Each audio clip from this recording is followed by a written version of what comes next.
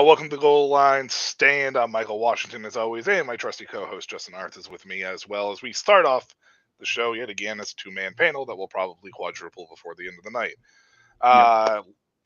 Justin, how are you? First of all, how are things going with you? I couldn't make it last night because we had a snowstorm and we lost power briefly, but it's back tonight, so we figured we'd push it back. So how are you doing, man? Oh, of course. I'm doing great. And in reality, pushing it back allowed me to be on another show too. So got some Dallas Cowboys in my life, I guess, because most of that panel are Dallas-based people. So, well, hey, I mean, let's talk about Dallas, though, because the news broke right before we came on air that Mike McCarthy is going to be retained by the Cowboys. I think this comes as a shock to a lot of people. I think it might even come to a shock to probably some people inside the organization, primarily because of the fact that we're talking about a coach that really has struggled when it gets to the postseason. They have a lot of talent. Are you surprised that he stuck with McCarthy for another year here? After the way the team showed up or didn't show up, really, I'm kind of surprised. It didn't seem like they were prepared in a way that was going to pull the competition back, or not competition, the pressure off of them. They played tight. They didn't rise to any occasion. They played scared. And so I don't see why Mike McCarthy's retained, because I think you've seen this over and over and over again where his teams aren't prepared in the biggest moments, whether it's because of pressure or just being unprepared. And then obviously Dak Prescott's a whole other conversation we need to have too. But no, I mean, I'm surprised Mike McCarthy is back, especially Jerry Jones' reaction to all this too. Yeah, I'm surprised. Yeah, and I think my biggest thing is too for me is Mike McCarthy this is a situation where, like you said, we've seen this before. This has become a repeated pattern with Mike McCarthy coach teams, whether you go back to Green Bay, even here in Dallas. And I didn't think McCarthy deserved the head coaching job when he took over in Dallas. I thought it was a terrible hire. I still think it's a terrible hire. And I'm on the side that errs on stability with coaches. I'm very much give a guy a chance. But Dallas isn't in a rebuild at this point in time. They have talent there. Dak may not be as good as everybody thinks he is, or maybe he is as good as everybody thinks he is, and he's just not better than what people hope he is. AC, welcome to the show, by the way, my man. We were just talking a little bit about Dallas right before we came on air. The Cowboys broke the news that Mike McCarthy would be retained for 2024. And I just, what are your thoughts on that? Because for me, I feel like it's a mistake personally. I agree. I think it's a mistake. I think it's the pressure of being America's team. You would expect there to be a little bit more criticism for him. You know what I mean? I feel like this if I'm Jerry Jones and I ever needed a reason for why I get rid of a coach, this should have been the one. Yeah. I actually happen to bet against Dallas because I just thought, those guys being young, nothing to lose, let it all hang out, and I think Jordan Love I think they have a very talented team, but Jordan Love is a exceptional quarterback. I honestly felt like the press, the constant repetition of, they're undefeated at home, was like, sometimes you can make things worse for yourself when you keep beating that horse because it's like, so you are due for a loss. You know what I mean? And in this big moment, especially against his old team, I feel like he's a subpar performer when it comes to being on the big stage. How many outside of the Super Bowl, they were horrible in the playoffs when he was there, correct? Mike McCarthy, when Mike McCarthy was with Green Bay, they had a ton of one and dones.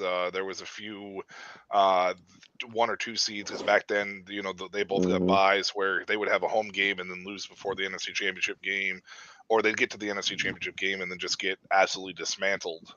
He got dismantled by Kaepernick, right? That was his team.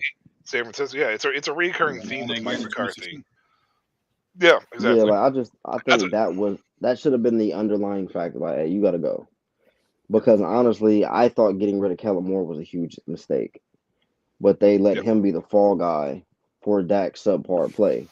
So Mhm. now, not only are you should have been out of there, but now we're going to put Dak on the hot seat because that was a horrible performance. Yeah, and I'll touch on Green Bay a little bit later on in the show because I have some pretty strong opinions about this team overall. But Dallas as a whole, with Mike McCarthy, as a Washington fan, I'm ecstatic because let them keep going, let them waste this extremely talented team, and make no mistake about it, it's a very talented team. There's just no cohesiveness, and I don't, and everything falls back on Mike McCarthy. But like you said, they want to blame Kellen Moore for Dak Prescott's mediocre play. I mean, this wasn't even a game. This was a thumping. Green Bay came in and absolutely set the tone early.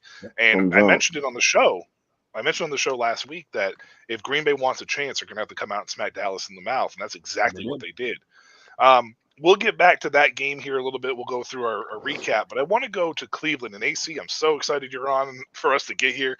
So the Browns made a very interesting decision yesterday. They fired offensive coordinator Alex Van Pelt. They fired the running back coach, Stump Mitchell, and they fired the tight end coach. I don't remember the tight end coach's name. I apologize to that coach. T.C. McCartney. T.C. McCartney, yeah. So I watched the Browns this year. They were a very good team defensively. They had a bevy of injuries on offense, but I felt that their three strongest things on offense was the play calling by Alex Van Pelt, the running backs actually performing with Jerome Ford and Kareem Hunt without Nick Chubb, and obviously hmm David Njoku had a career year. And you turned around and fired the three coaches that were your three strongest points on offense. And hmm I know you're very critical of the Browns organization, but this literally feels like a 100% Cleveland Browns organizational move, and it's a nightmare in my opinion, an absolute mistake. You must be Yeah, ecstatic as a Bengals fan. I am. I'm more so tired of the Browns versus disliking them. You know what I mean? Yeah. Like Okay. I'm a big believer in the difference in progress and movement. You know what I mean? Just because you're making move doesn't mean you're progressing. And I feel like that's what they do. You know what I mean? All the quarterbacks that they've had over the years were just making moves, but not necessarily better quarterbacks. Same thing with the coaches. Like Stefanski at one point was up for Coach of the Year. But in the same breath, when it comes to that, like that running back coach, you put him in a predicament where you took arguably a top five running back away from him with an injury, and he still was able to have a successful running game. Same thing with the offensive coordinator and the play calling. Yep. Guy had four quarterbacks. Yeah, well, exactly, and that's why I think Stefanski should have been up for Coach of the Year this year. But I don't understand this move at all, like by any means. So I'll let you And finish your thought, ultimately, AC. I'm sorry. you were very successful, above what anybody thought you would be. Yeah, And arguably we started off as the strongest division, but it happened to be the injury prone division. But still, well, the injury riddled, not prone, but still, you came out of that. You got to a playoff game. I mean, what more could you ask for? You just happened to go up against a team that was better. yeah. You win 11 games. You go in there with with a top ranked defense. Chris, welcome to the show. As time on time, just like Shane is every week. So that's awesome. We were just touch base. I don't know how much you heard beforehand. We touched base on Mike McCarthy because he's being retained by Dallas. Get your thoughts on that, as well as the three coaches that Cleveland has let go. Were their three strongest. I think they're three strongest offensive coaches, and it just feels like a very Browns type move. What do you think on the two moves? Yeah, the Mike McCarthy move is really surprising. I expected Jerry Jones to make a move. Jerry Jones is one of the most respected people in football. I feel like in terms of how long he's been around, and unfortunately, this move is not what I expected. I expected him to go after Bill Belichick or another head coaching candidate, but he seems to think it's more of a personnel issue, not coaching. So I think it's a so-so situation. I mean, I think when they get Trayvon Diggs back next year, that will help a little bit. But they need to really look at the quarterback position and see if Dak in their long-term future. They need to draft a rookie behind Dak and kind of develop Trey Lance more. That's my goal. I hope Trey Lance is starting within the next 3 to 5 years. Um, and then the three coaches that the Browns let go. When I look at this in terms of the cards you're being dealt, right? Like AC said, a lot of times, coaches have a tough job. They have to weather the storm. They have to go with what they're dealt. Like Dixie Wu in Tucson, right? He got fired too for no reason. So it's kind of like when you look at certain situations, you can't really blame the coaches. I think the Browns are in a win now situation with Deshaun Watson and his contract, and I think that's part of the reason why they made this move. So. Well, yeah, but the weird part about this is Deshaun Watson and his contract in general is Watson's healthy. Alex will be healthy next year. Alex Van Pelt was the offensive coordinator there. The running back coach, Tom Mitchell's been there for a little while. And, like, you had Nick Chubb get hurt. Jerome Ford missed a couple games. Pierre Strong looked good. Kareem Hunt missed a couple games. Like, David Njoku and Amari Cooper were the two most stable things on this roster, and then you fire the tight ends coach, which makes as much sense as anything the Cleveland Browns would ever do. And somehow Alex Van Pelt had this offense in a situation where everybody kind of expected them to win the game against Houston. Yeah, it fell apart. Yeah, it happens. But you're on your fourth quarterback, on a 38-year-old quarterback that was just bagging groceries at the local Stop and Shop, prior to coming into Cleveland, and he lit it up. So who are we really blaming here? It just doesn't feel right to me, Justin. I don't know what your thoughts are in this situation with this, but it just feels like they're looking for something to blame for what happened in Houston. That's all. Yeah, so this sounds like just a Cleveland Browns move. It sounds like they're trying to make a lateral move to do something else. I've read a little bit about it right before the show, and it looks like there was apparently a discussion of reassigning of roles for Van Pelt. And that's kind of where it came to a conclusion of they couldn't redelegate. I guess Stefanski maybe wanted more play calling rights or something. And so I guess they couldn't have come to agreement on that. And so then Van Pelt's sent packing just because they couldn't come to the agreement of the reassignment of roles. Now, I'm not sure why Stump Mitchell and T.C. McCartney would go with them, especially when those are your two key positions on the field. Those guys, yeah, you have the whole running back situation where Nick Chubb injury, and the entire running back room felt injuries. The quarterback room obviously did too. But you look at the two strongest positions on the field that they got, they got performance out of.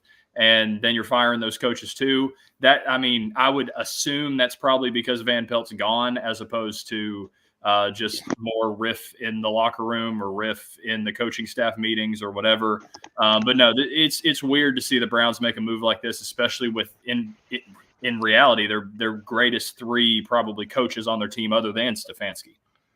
Yeah, I just don't understand why you're trying to reassign a guy who had your team in a position on offense with the amount of injuries you had. It just does not make sense to me.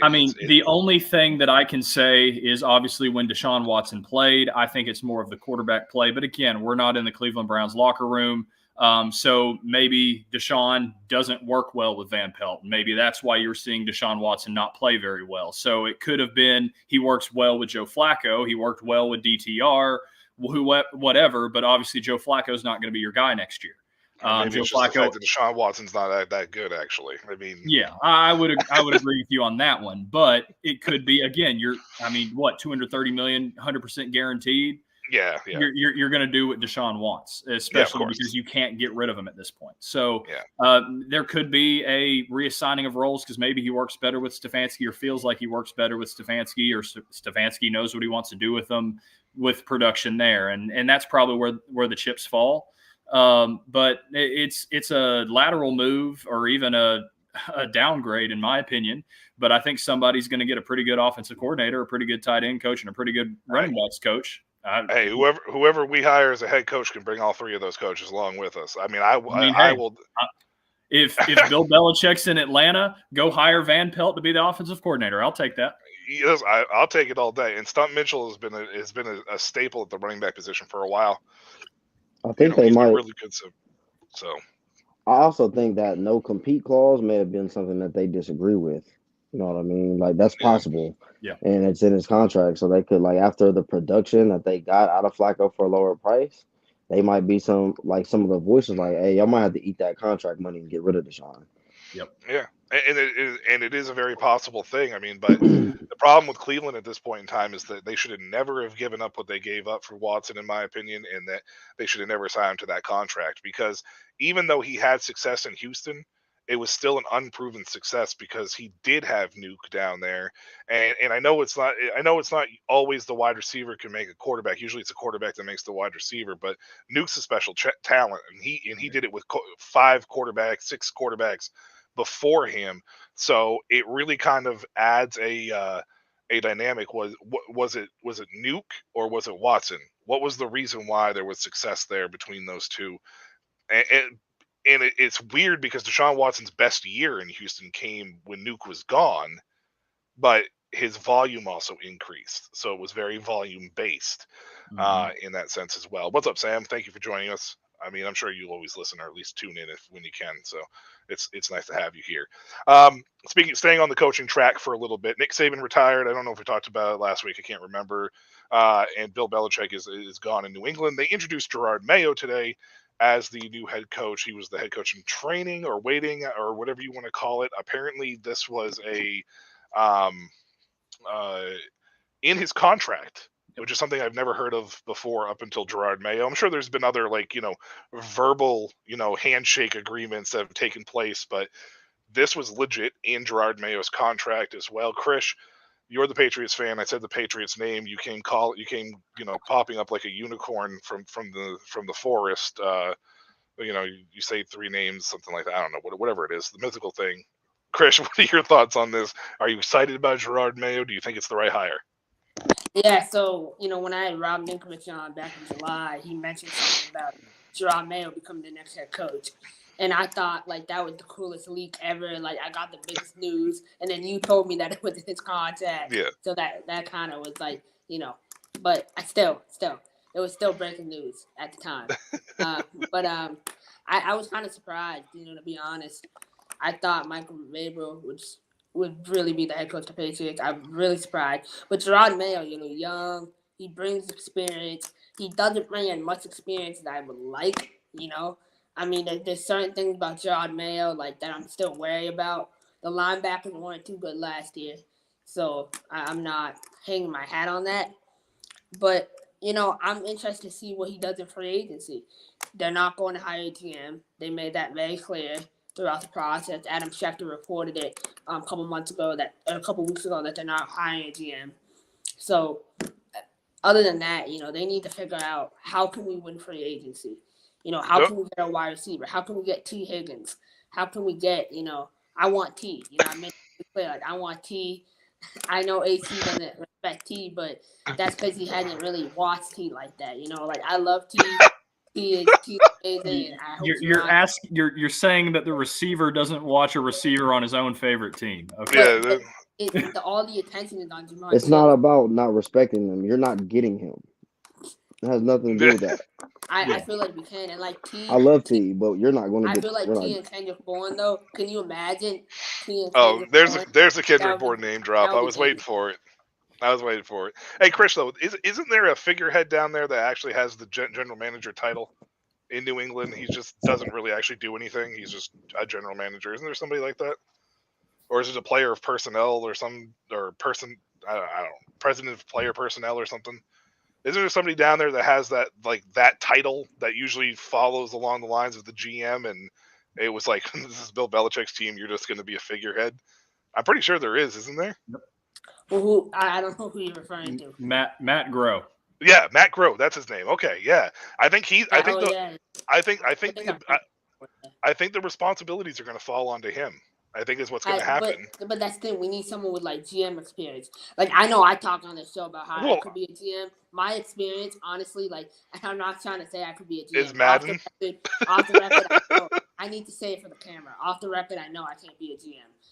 In the NFL, in the arena, of course. But what I'm saying is I had to throw that in there. That was a layup. But what I'm saying is, like there's so many great assistant GM in the league. You know, like the Titan GM, he was an assistant GM. They hired him. He's going to turn that program around. I really believe in what he's building down there. But it's just it's all about the process, and you need someone who respects the process. Robert Kraft is cheap. He never respected the process. And I'll happily go on the record and say Robert Kraft is one of the stingiest owners in the NFL. And he's like, it's all him. This is really all his fault at the end of the day. There's still 7 openings as far as head coaching positions are concerned. Obviously, I think a lot of coaches are obviously that are still in the playoffs are being looked at and whatnot. I know Washington has interviewed in a bevy of a bevy of coaches. They have not hired Jim Harbaugh or interviewed Jim Harbaugh yet. I know that a few teams have. Mm-hmm. Shout out, first of all, switching gears for a second, to Kalen DeBoer. He's the Washington head coach. He is now the Alabama head coach, taking over for Nick Saban. Big shoes to fill. I hope he doesn't fail because I do like him as a coach. But they have lost a slew of players, and a majority of those players have been picked up by my FSU, Florida State, Seminoles team. So I'm kind of excited about that. But hey, we're getting half of that defense, it seems like, too. Hey, go Dogs. All right, anyway. And defensive coordinator. Oh, of course, yeah. I mean, Georgia obviously was going to reap the benefits a lot of that as well. But AC, real quick, Chris's thoughts on T. Higgins. T. Higgins, you kind of touched base on that. What do you think, AC, about which coaching job, in your opinion, do you think is the most like appealing if you were going to take over for one of the open teams right now? It's Las Vegas, even though I think they're going to hire Antonio Pierce. I don't think that's been official yet, but I think that they are going to hire him. So really, it's Atlanta, Seattle, the Chargers, Washington, and Tennessee, I believe. So maybe it's only 5 open. I thought there was 7 open, but maybe it's 5. Am I missing any? Atlanta. I don't think I'm missing any right now. Carolina hasn't announced anybody yet, have they? So yeah, Carolina. No, Carolina's the only one you missed. Okay, so 6 openings right now. I guess it would have been 7 because Antonio Pierce technically hasn't been hired yet by Vegas, but I mean, it looks like it's going to be Antonio Pierce. So yeah, for sure. Which of those 6 teams do you think have the most appealing in your opinion?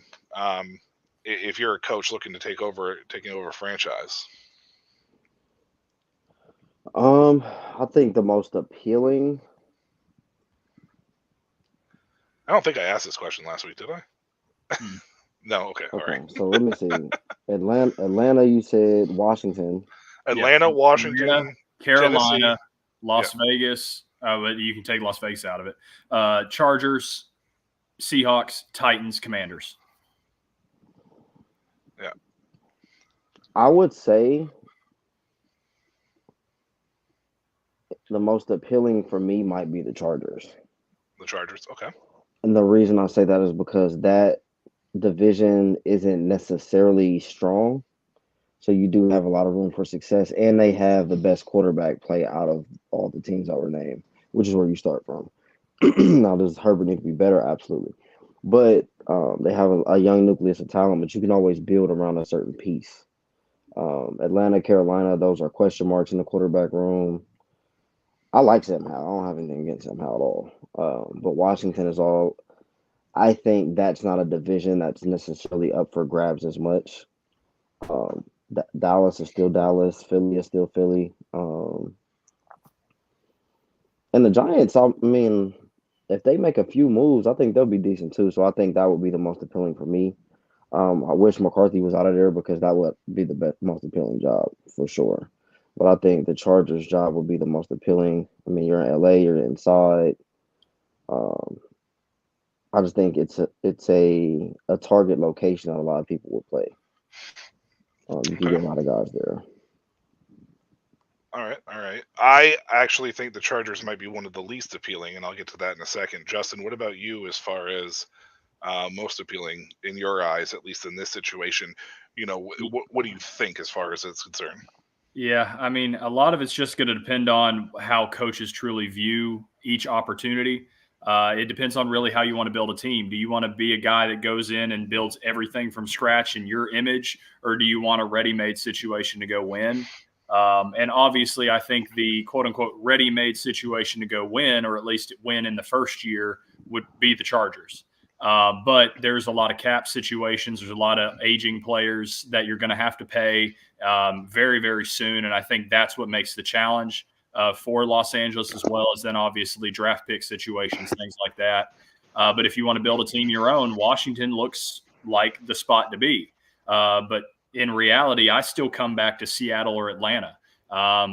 Maybe I'm just a blind Falcons fan, which in reality most Falcons fans I think want Ritter out of there. But what I see out of Ritter is still good enough to where I feel like he can be a franchise quarterback if you can teach him to get out of a first read and move on to a second read. So he needs an offensive-minded coach to help push him and develop him further. And then everything else Atlanta has is a budding young defense, a bunch of nucleus of young talent there. And then in Seattle, Seattle's a kind of question mark at the quarterback position because you have Geno Smith, who is passable, will win you games. He's done that before. And then you still even have Drew Lock behind him.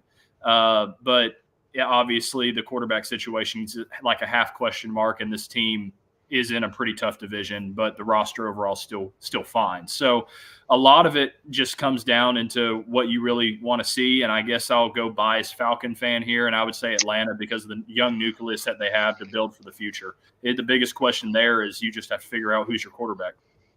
Yeah. And partially biased when I say this too, Washington I think is the most appealing just because they have 3 picks inside the top, like I think it's like 40 picks or something like that, or top 42. And that's if you want to build it in your own image, Washington's the perfect place. Right, yeah, they got 3, and they have I think it's like one of the most amounts of cap space, available to them heading into next year as well. So I think that makes them the most appealing because they still have a fairly young nucleus as well. They have a quarterback that is coachable and that can grow. It's just a matter if you get the right people around him, and that's if you decide to go with him in that situation. So I think Washington's the most appealing. Atlanta is my close second just because they have a lot of young players that we think are really good. I'm still not sure about Drake London and Kyle Pitts personally, but on paper, you would think so, right? Because they were super talented and productive in college.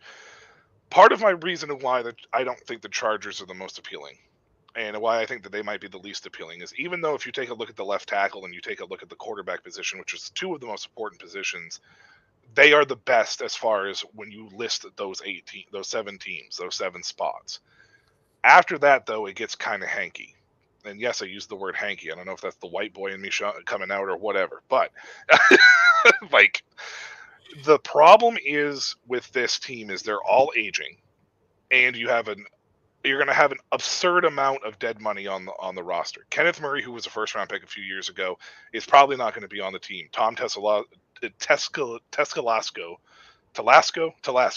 who has been fired, has destroyed this team overall for the next 2 to 5 years. This team is going to be a rebuild, and Khalil Mack is $36 million against the books next year. Mike Williams and Keenan Allen, both over 30 years old. Keenan Allen, fantastic. Do not get me wrong, great player. Going to be 33 next year. Combined, they are $67 million against the cap.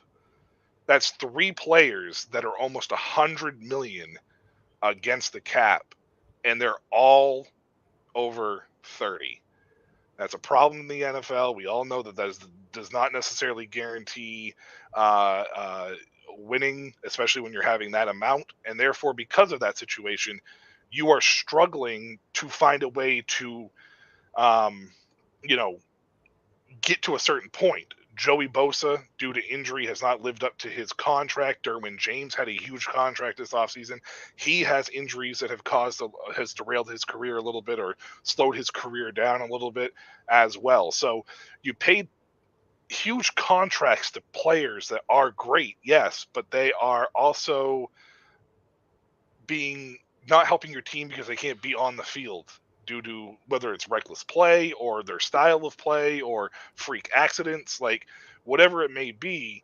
And it really is putting a huge cap issue and restraint on this team, and it's aging, and there's really nothing in the sight. Now, obviously anything can happen in the NFL. Take a look at the Rams. They sold off all those draft picks, and they found a bunch of these gems in the late round. And, I mean, that's not an everyday thing. We know that. But sometimes with that happening, opportunity is bred, and competition is bred. And next thing you know, Puka Nacua is setting records, and Kobe Turner is looking like an absolute freak next to Aaron Donald. So it's just, for me, if I'm looking at it and I'm trying to take over a team, the Chargers are not a team that's going to appeal to me as much. It doesn't mean that I wouldn't obviously accept it if they asked me to, because, like, let's face it, I mean, I think most coaches are going to want to be a head coach somewhere. But I just don't think the Chargers would be my top choice in this situation. Seattle also has Seattle's actually surprisingly young as well. They have a pretty young nucleus over there that could be key without a ton of issues on the books as well. So, it is what it is. I was just curious as to what you guys thought, because obviously the Chargers have the best quarterback and they have the left tackle in place, but everything else around that team is kind of, a lot of going to be either dead cap money or a lot of aging veterans. A lot of aging veterans. All right. I don't think there's any other coaching stuff that we've heard. Is there? Anybody else or anything else coaching stuff? All right. So move on from the coaching. Get to Wild Card Weekend. Super Wild Card Weekend. We'll start with that Cleveland Browns and Houston Texans game. We'll touch over it briefly because we talked a little bit about the Browns. I was just more disappointed in this defense. They let Houston run all over them. C.J. Stroud looked fantastic. I mean, if I'm correct, I think it was like Stroud and who was it? Stroud and Jordan Love had Stroud and Baker almost had Stroud and Love had identical stats. It was only Jordan 2 Love. yard Okay. difference. Yeah, okay. Jordan Love had like identical stats, 2 yards difference, like insane. Yeah, one had 274 and one had 272. Just wait for the quarterbacks of the week. Yeah, and QBRs and all that stuff. This game wasn't close. Houston just kind of came out and dominated right away, and I think there were some people that were expecting this from Flacco, because we've seen it from Flacco before. Mm-hmm. Just the way that he is, and you go like AC was saying, as far as Dallas was concerned, like. You hit that hot streak, you're going, and you're waiting for that cliff to hit, and it was just this game. Shout out to D'Amico Ryans and C.J. Stroud for being the first rookie head coach and rookie quarterback to ever win a playoff game. This Houston team travels to Baltimore next week, so they're dangerous, though. Yeah, they're dangerous. No, what I'll say though is I thought the Houston Texans' plan of attack with Bobby Slowick was absolutely tremendous. I mean, you go into this game knowing you have to slow down Cleveland's pass rush to be able to do anything, whether that's run the football, push the ball deep, whatever. I mean, just the way Slowick was able to run play action fakes at Myles Garrett to have that was Green Bay, but to be able to move the pocket with C.J. Stroud and be able to force not force, but wash Garrett out of the play, and then being able to pair an okay running game with that was great too. I mean, and then some of Slowick's play design, which is obviously of the Shanahan tree of post opposite of the play action fake and forcing defensive backs to flow one way and not see the guy running in a post right behind you. I mean, it's one of those things that I love the play design of it all. I mean, C.J. Stroud, he's unfazed. He hung in the pocket, took shots from the defensive line, still made plays with his legs. He's cool, calm, collected. He's the truth. So no, CJ, great performance. I think this was more about the Houston Texans not having anything to lose and just going out there and balling, as opposed to the Cleveland Browns completely blowing one. But then again, Joe Flacco has a tendency to, like Dak Prescott, not show up in the biggest moments. And then when you neutralize the Browns' pass rush, you can get in behind, and they're not forcing turnovers, so you can get in behind that secondary. And yeah, you saw what happened. So, props to C.J. Stroud, and the Texans move on. Nico Collins has turned into a stud. AC. I'm curious about your thoughts, just because I know how you are with the Browns. So, What was your thoughts on this game as far as how'd this go for you, man? I just thought, their magic ran out. You know what I mean? Nothing's wrong with that. You put Flacco in a position not necessarily a comfortable one, but one where he's pressing. So I think he's trying to make too many things happen. He does have a history of being an arm hero. You know what I mean? But some of the things that he did, like, I just think they dug a hole for themselves they couldn't get out of. I mean, the interceptions are what really pushed the game into Houston's favor. Yeah, like if you look at these, to me, this was the most lopsided Super Wild Card weekend I've seen in a while. There weren't any real close games. There was one close game, I think, and that game was the score of a game that I predicted for another. A score that I predicted for another game. Yeah, like these games were like, I think it showed the difference in preparation. Like some teams were just prepared when you take away the things, but also I think this is the most I've seen that the attrition played such a role with the season.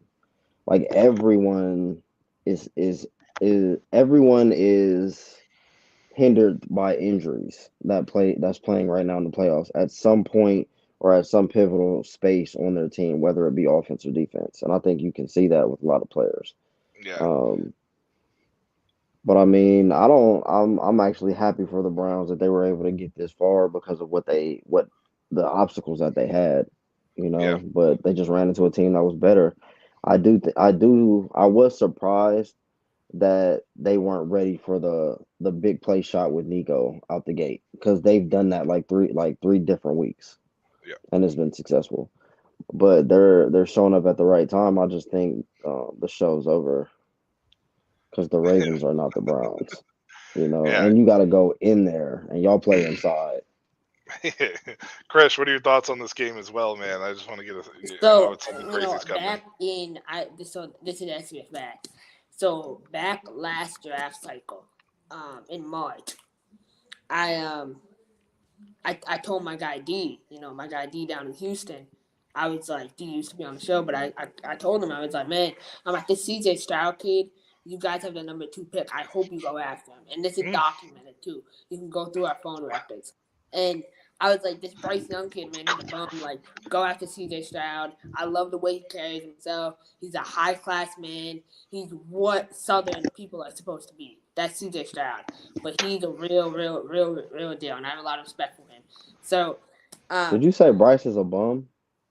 Yeah, he yes. did. He's been calling. He's been calling Bryce. He's been calling Bryce a bum since April last year. Playoffs if CJ was there? So, okay. Okay. What I will say is, CJ, I think Bryce Young is a bum, and I will continue to say that. I see the way he plays. I watch film. I watch all 22.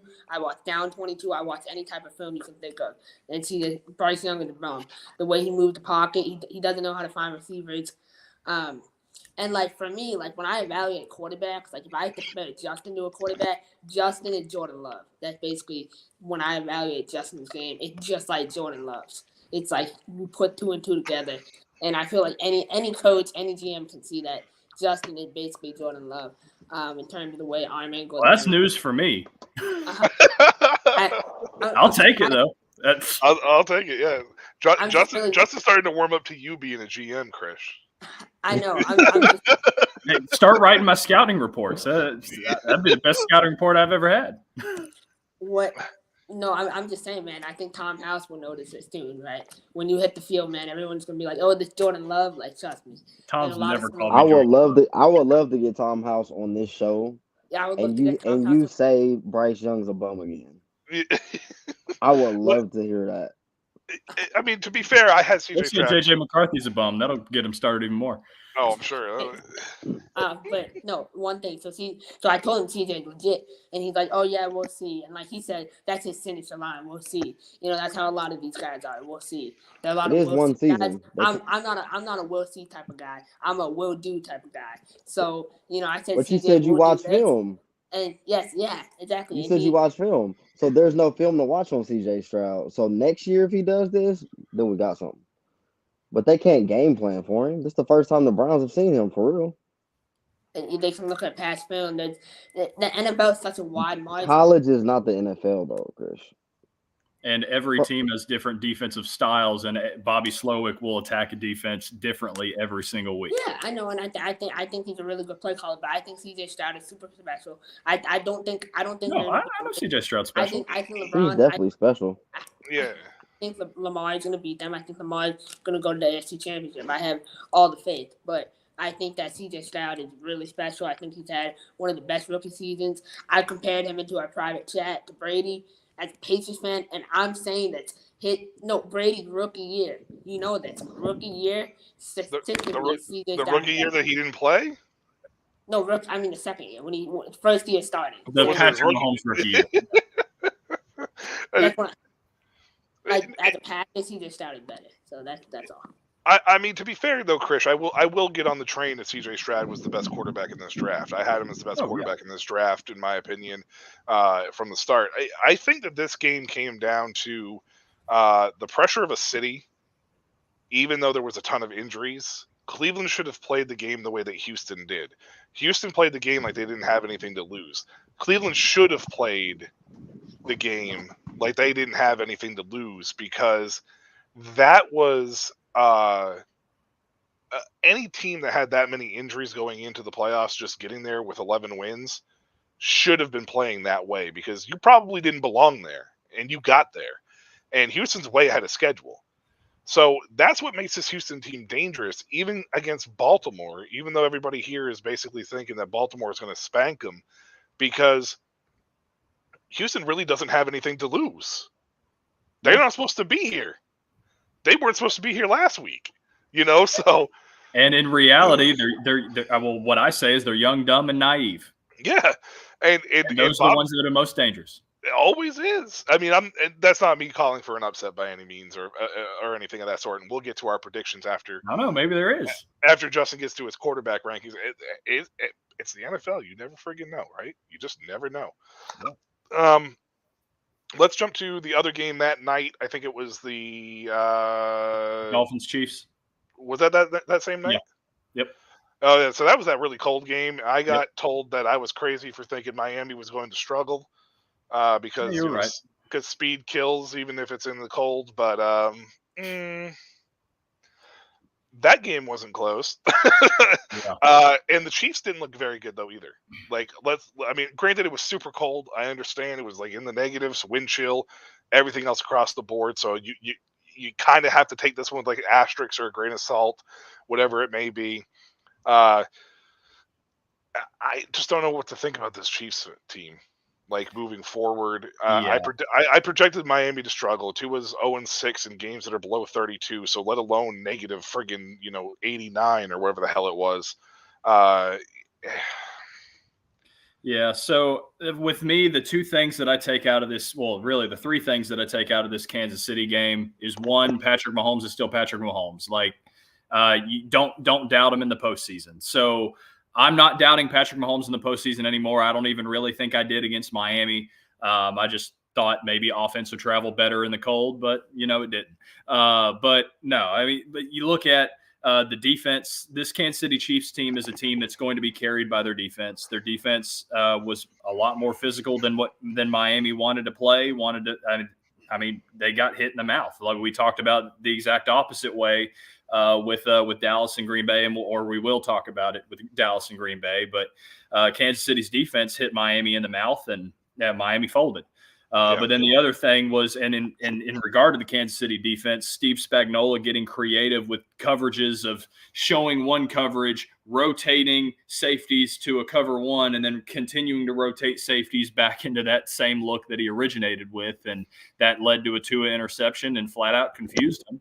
And put guys in right scenarios and right positions. So I think this, because this was a question that was asked to me last night on the other show I was on, is this Kansas City team back? And no, I don't think they're back. But I think if they have this type of defense, this type of run game that they have, and Patrick Mahomes continuing to be Patrick Mahomes when it's 0-0 every week, it's a one-game season, this team can still be dangerous. I just don't think they're the same Kansas City team that we have seen over the last 5 years. Yeah, I think that this The Dolphins also had some issues back in the secondary. They had their top 2 secondary defenders out. Their top 4 pass rushers were out as well. So there was a very good chance they were going to struggle anyways. They had Yeah, a I lot want of to say it was like 6 defensive starters out for Miami. yeah, they had a bunch of plug and play starters, some veterans in there with some big names that once upon a time. Yeah, a couple pass rushers off the street that week too. Right, yeah, and it was going to be a tough uphill battle for them, regardless of whatever. It was just the cold air, the cold weather. Being a Southern team traveling to that, just it never really bodes very well. But the biggest issue was the lack of starters that were out on that defense for Miami. Kansas City, to me, AC, I'll come down to you here in a second. Kansas City to me was just, they set the tone early. They never really let their foot off the gas. They also trust their defense. Like, you can see it with Andy Reid and you can see it with Steve Spagnuolo. They just trust these guys to go out and just do their job.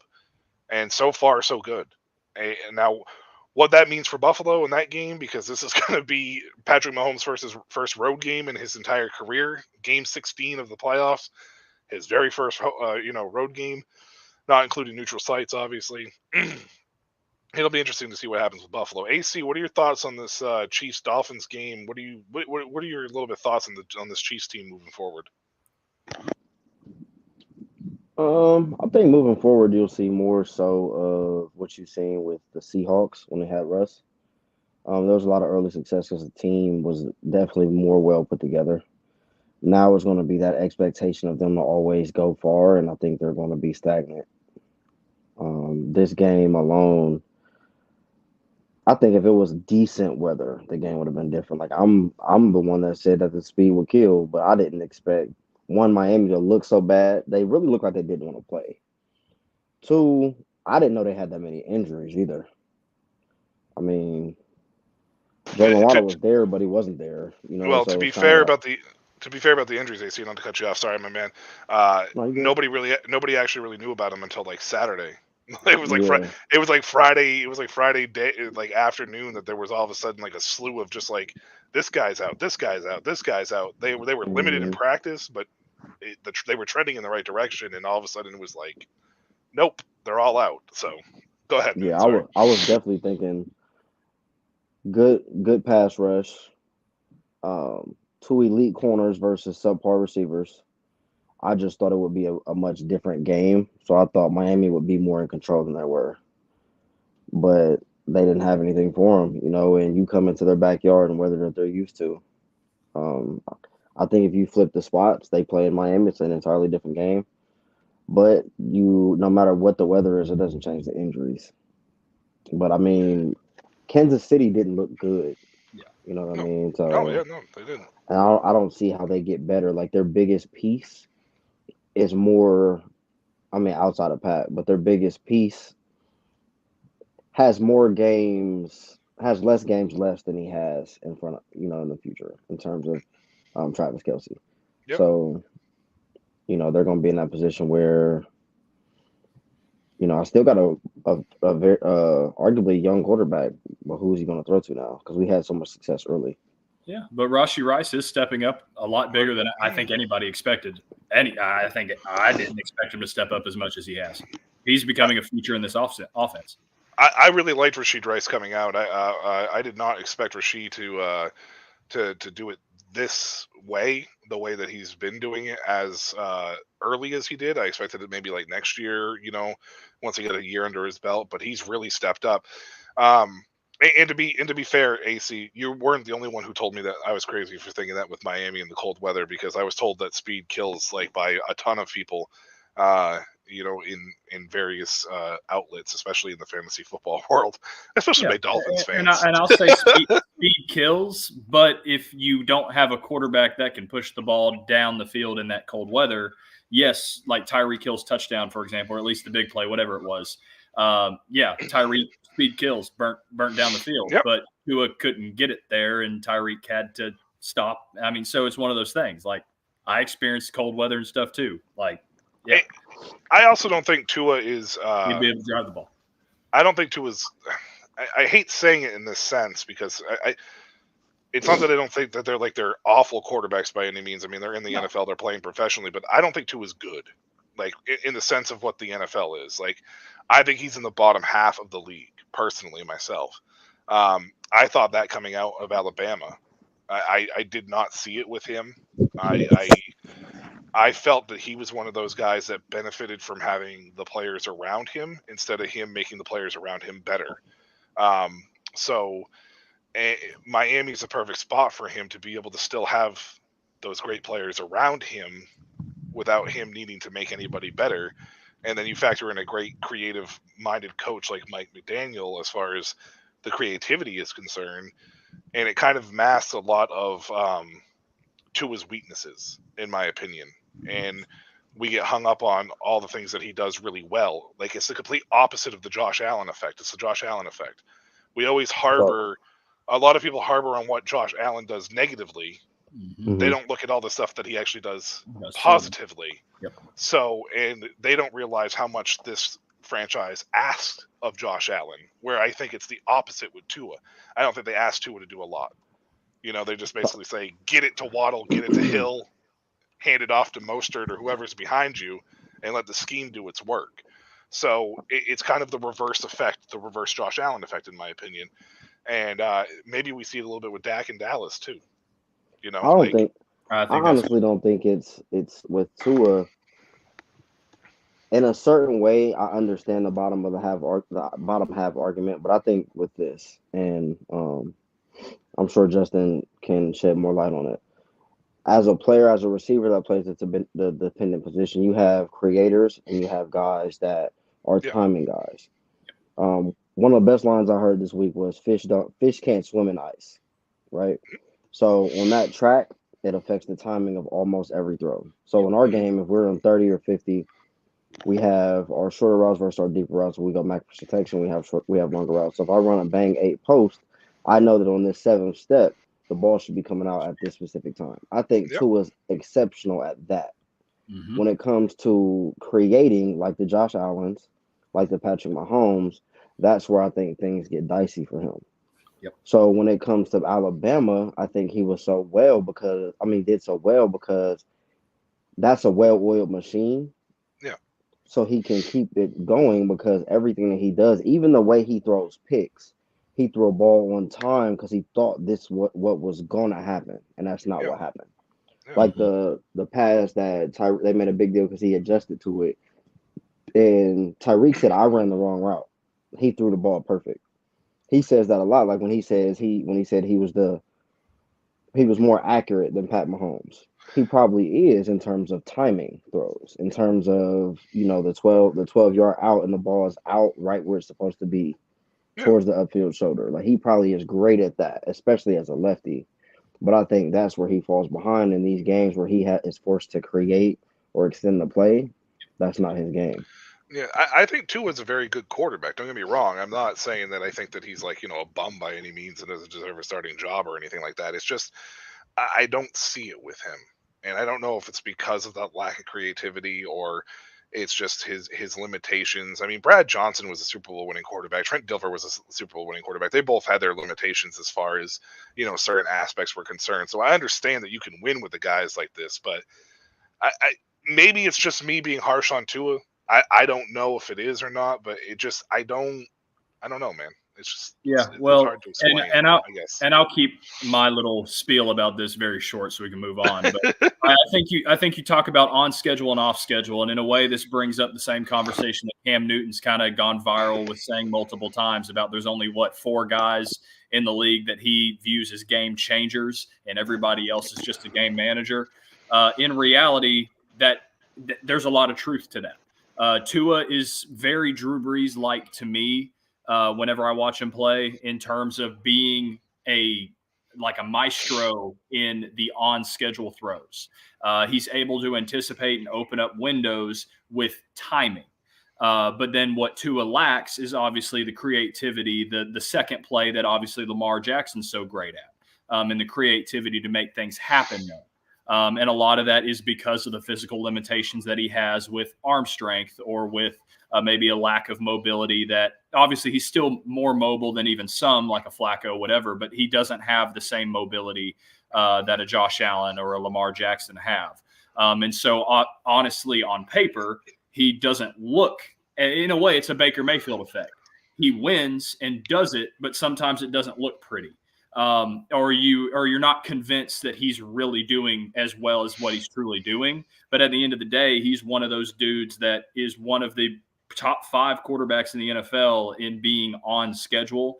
And obviously there's a big blueprint to beat him. I mean, you force him to be off schedule, whether that's obviously outside factors like weather or you blitz him. But then again, Tua is also one of the best guys in blitz because of the mental side of knowing where to go, hit his hots in timing, in stride. So if Tua is able to continue to do that, which again is partially a scheme thing, Tua is going to continue to be very successful. But you're going to have maybe some cowboy syndrome, I guess you can call it, where you have a game in -4 degrees or anything under 32, where he's got to go to a Buffalo or a Baltimore or a Kansas City to go win a playoff game, and you're going to stumble because that's not what Tua's ever been successful with. And he's either got to find ways to get over that hump, or that's just going to be his limitation come postseason. Like Rex Ryan has said on ESPN, they're the greatest team built from September to November, but they're not built December to February. Yeah, and it will segue into the next game with this. The Dolphins, though, they're at a crossroads, in my opinion, when it comes to Tua.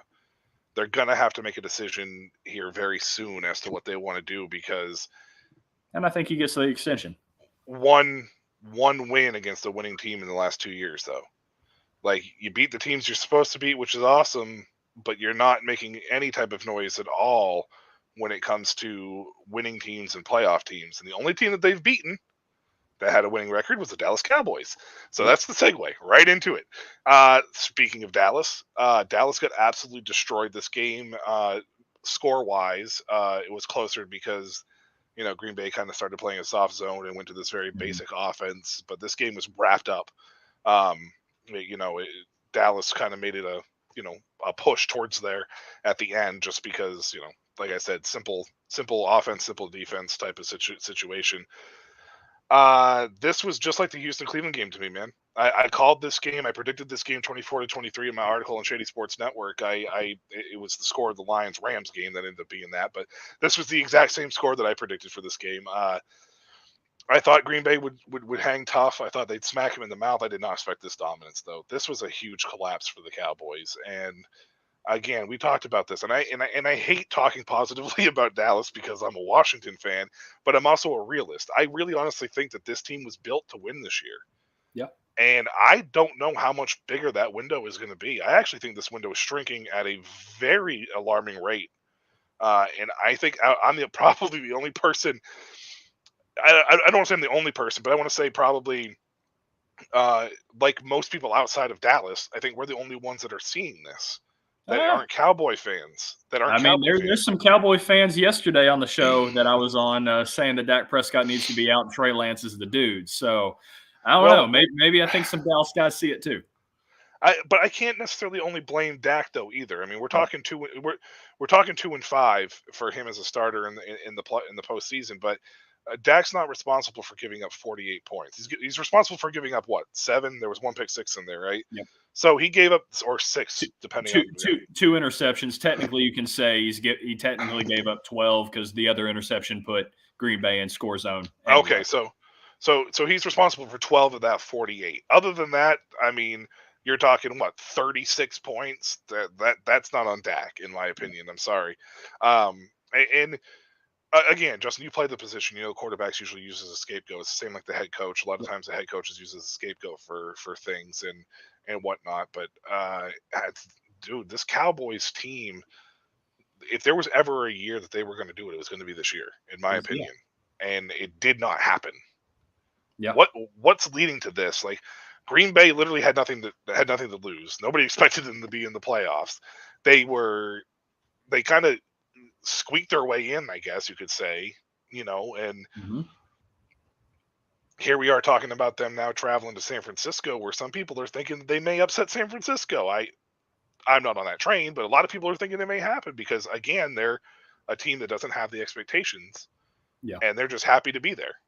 Yeah, so there's two angles you can kind of take from this, and I'll go both angles because obviously it's a little bit of both. So I'll first give Matt LaFleur his flowers. I mean, obviously, I said last week. I mean, I know you said it too, where Green Bay had to go out and punch Dallas in the mouth and make them fold. They did that.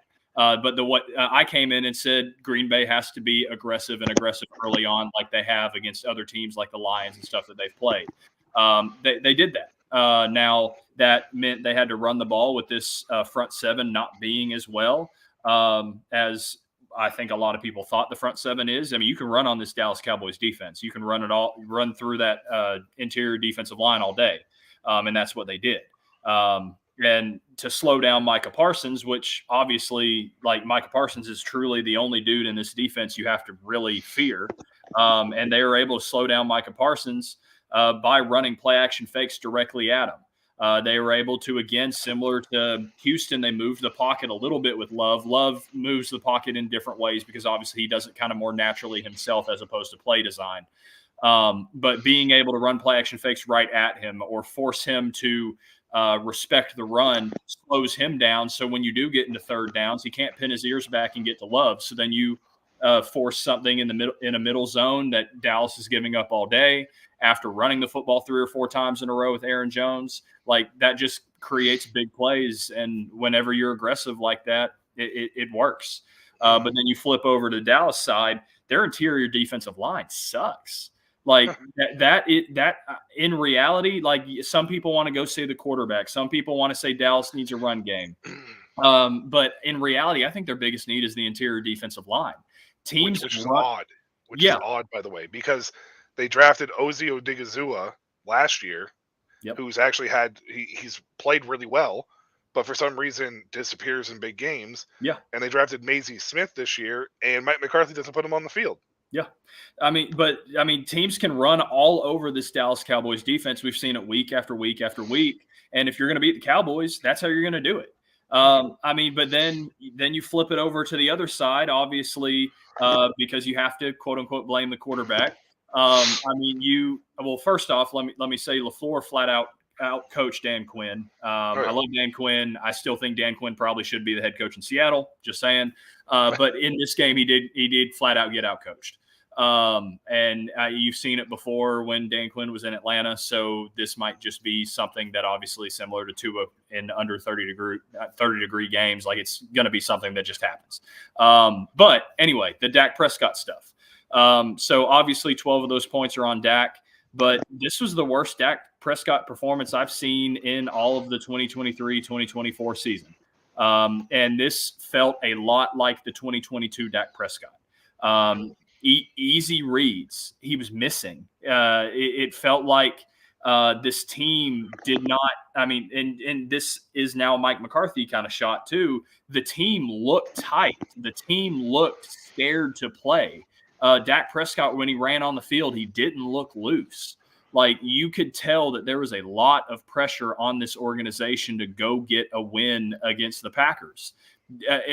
Obviously, I know you have more pressure than a young team that scratched and clawed and barely got their way into the playoffs. But still, you got to be able to find ways to flip the switch and go and play free. Like, you can't let the outside noise affect you. But I think Jerry Jones and the way this organization's run continues to put all the outside noise and pressure onto this team. And I love Dak Prescott, but I don't think he's built to handle that level of pressure when you get to this stage, and when you get to this stage of postseason football.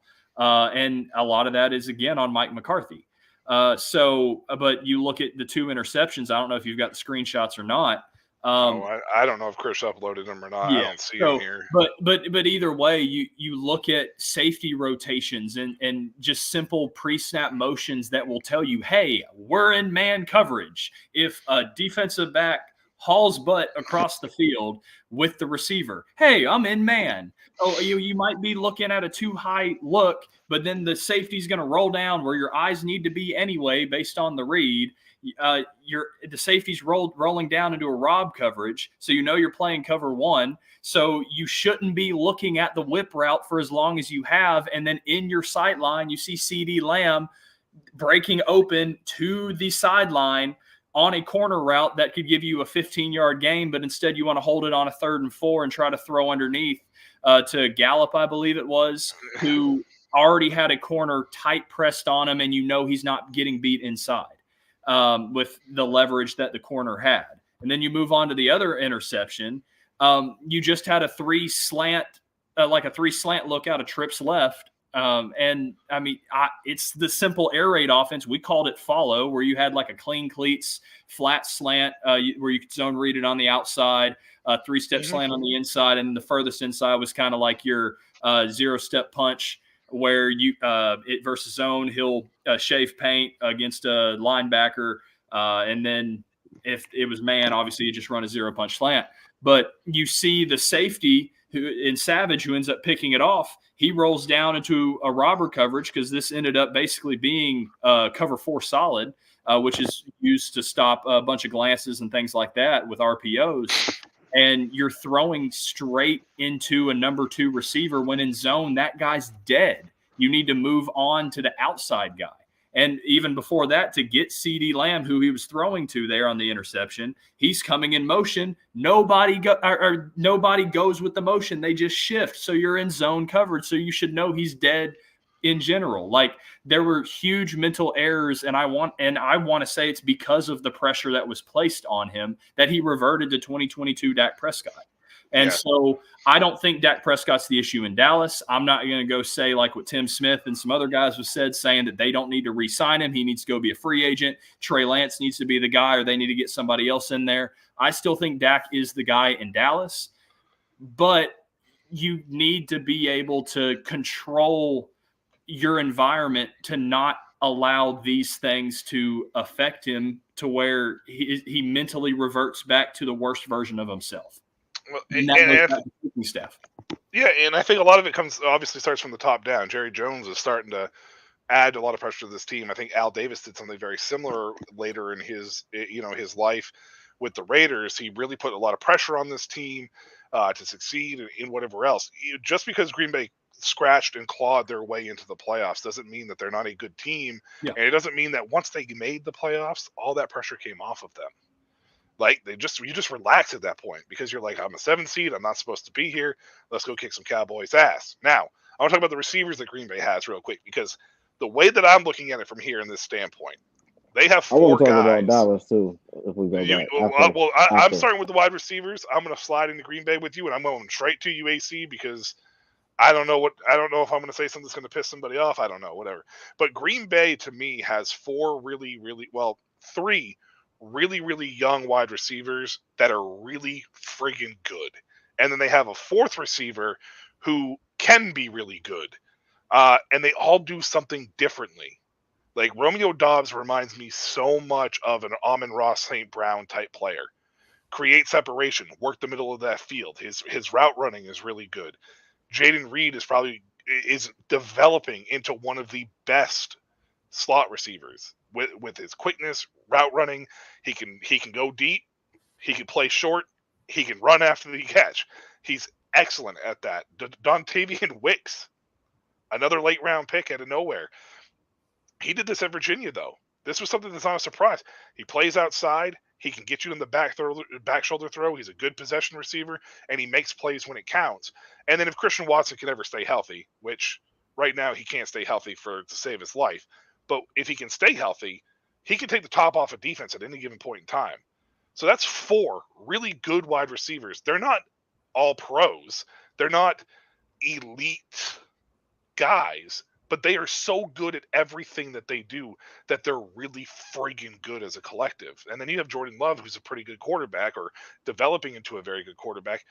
It makes this Green Bay team, as young as they are, like we talked about Houston, extremely dangerous in this playoff run. Now, I'm not saying they're going to go into San Francisco and beat San Francisco by any means, but I think they can make this a game. I think this. I think Green Bay could easily make this a game, in my opinion. Dallas, AC, Green Bay wide receivers. Anything you want to say about that? Because that's my key part. I've been watching Green Bay down the stretch here. I just realized that their 4 receivers are all really freaking good, in my opinion. They don't excel at everything. I mean, they're not amazing all-pro guys. They're not Nukes and Calvin Johnsons of the world, but they're really fucking good. I mean, I definitely agree. I think it reverts back. They really remind me a lot of, when they were their best, they had one of the best receiving corps in the league. Or to me, it's a top 5 receiving corps in history, wherever you want to put them. When they had Jordy, they had James Jones, they had Brandon Jennings, and they had I forget what the fourth one was. I said Greg Jennings. Yeah, Greg Jennings. There was one more, and Donald Driver. Donald Driver. Yeah. Yeah, so they all did something different. No guy was necessarily head and shoulders above the other guy. I think Jordy Nelson was the guy that started to separate himself as more elite in a way. But, I mean, they all had their moments. I think Christian Watson is the guy that has the most all-pro potential, which, like you said, he can't stay healthy. In terms of bit, size, speed, healthy. I mean, in terms of size and speed and what he can do, like put up a lot of big numbers in a hurry, Christian Watkins really has it. But they all have some talent, and I think without being the guy, there's no entitlement with them. They all just get the job done. Yep. But going back to, I'm gonna try to keep it short about the Cowboys. My issue with the Cowboys is this year, yes, this was the year if you were going to do it, you could do it. But you just can't. And when it comes to Dak, it's not all on Dak, but you put your defense in a very bad situation, which is hard. Like, playoff football is so much different than the regular season because it's all about the possessions. If you give them 2, now we're playing behind the 8 ball. You know what I mean? Because they went down and scored. So everything is just like a boxing match. They threw us a punch, now we got to punch back. But you didn't. You threw them the ball and allowed us to take more punches. We never got the recovery. We were back out on the field. And he technically, even though they end up getting points, that drop pick in the red zone right before half, that's a problem too. Because that just tells me that you're not really here. You know what I mean? Like, this moment isn't for you. And my issue with Dak is you had so much regular season success, but it's just like when someone is trying to be faithful, but they're a cheater. You're a cheater, though. You're just trying to be something that you're not. This is who Dak is. I think that's the thing. Like, yes, he had a great season, but, dog, you got to overcome 8-7 years of what we've seen. So this 1 year isn't going to erase your identity to us. So I think that's where people are with Dak. And when it comes to that pick that you threw, this is also where I think they get so caught up in proving that they weren't wrong.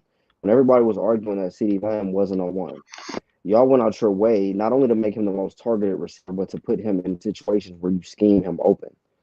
If you got a guy that just gets open, you don't put him in a situation where you run that follow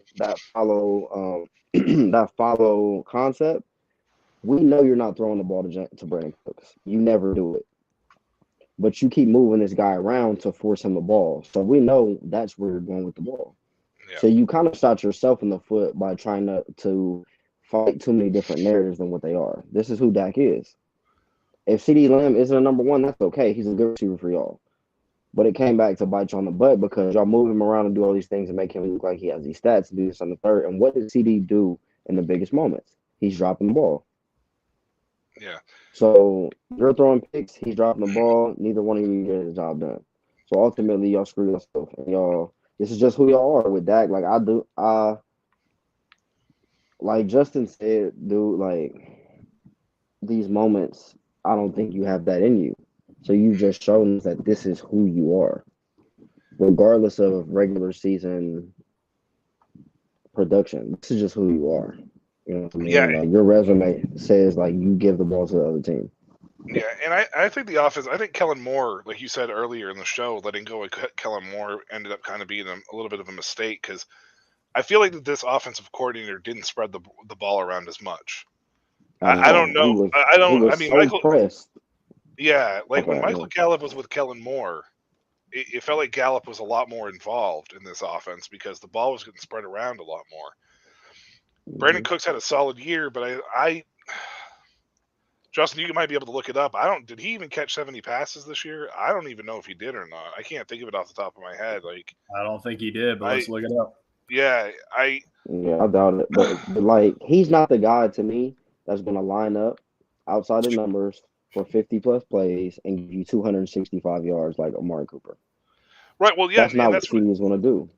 Well, but that's what I mean though. Is I feel like this offense was so one dimensional when it came to stuff that, I think I don't even think Brandon Cooks caught 60 passes this year. I can't think of him having any Yeah. games that.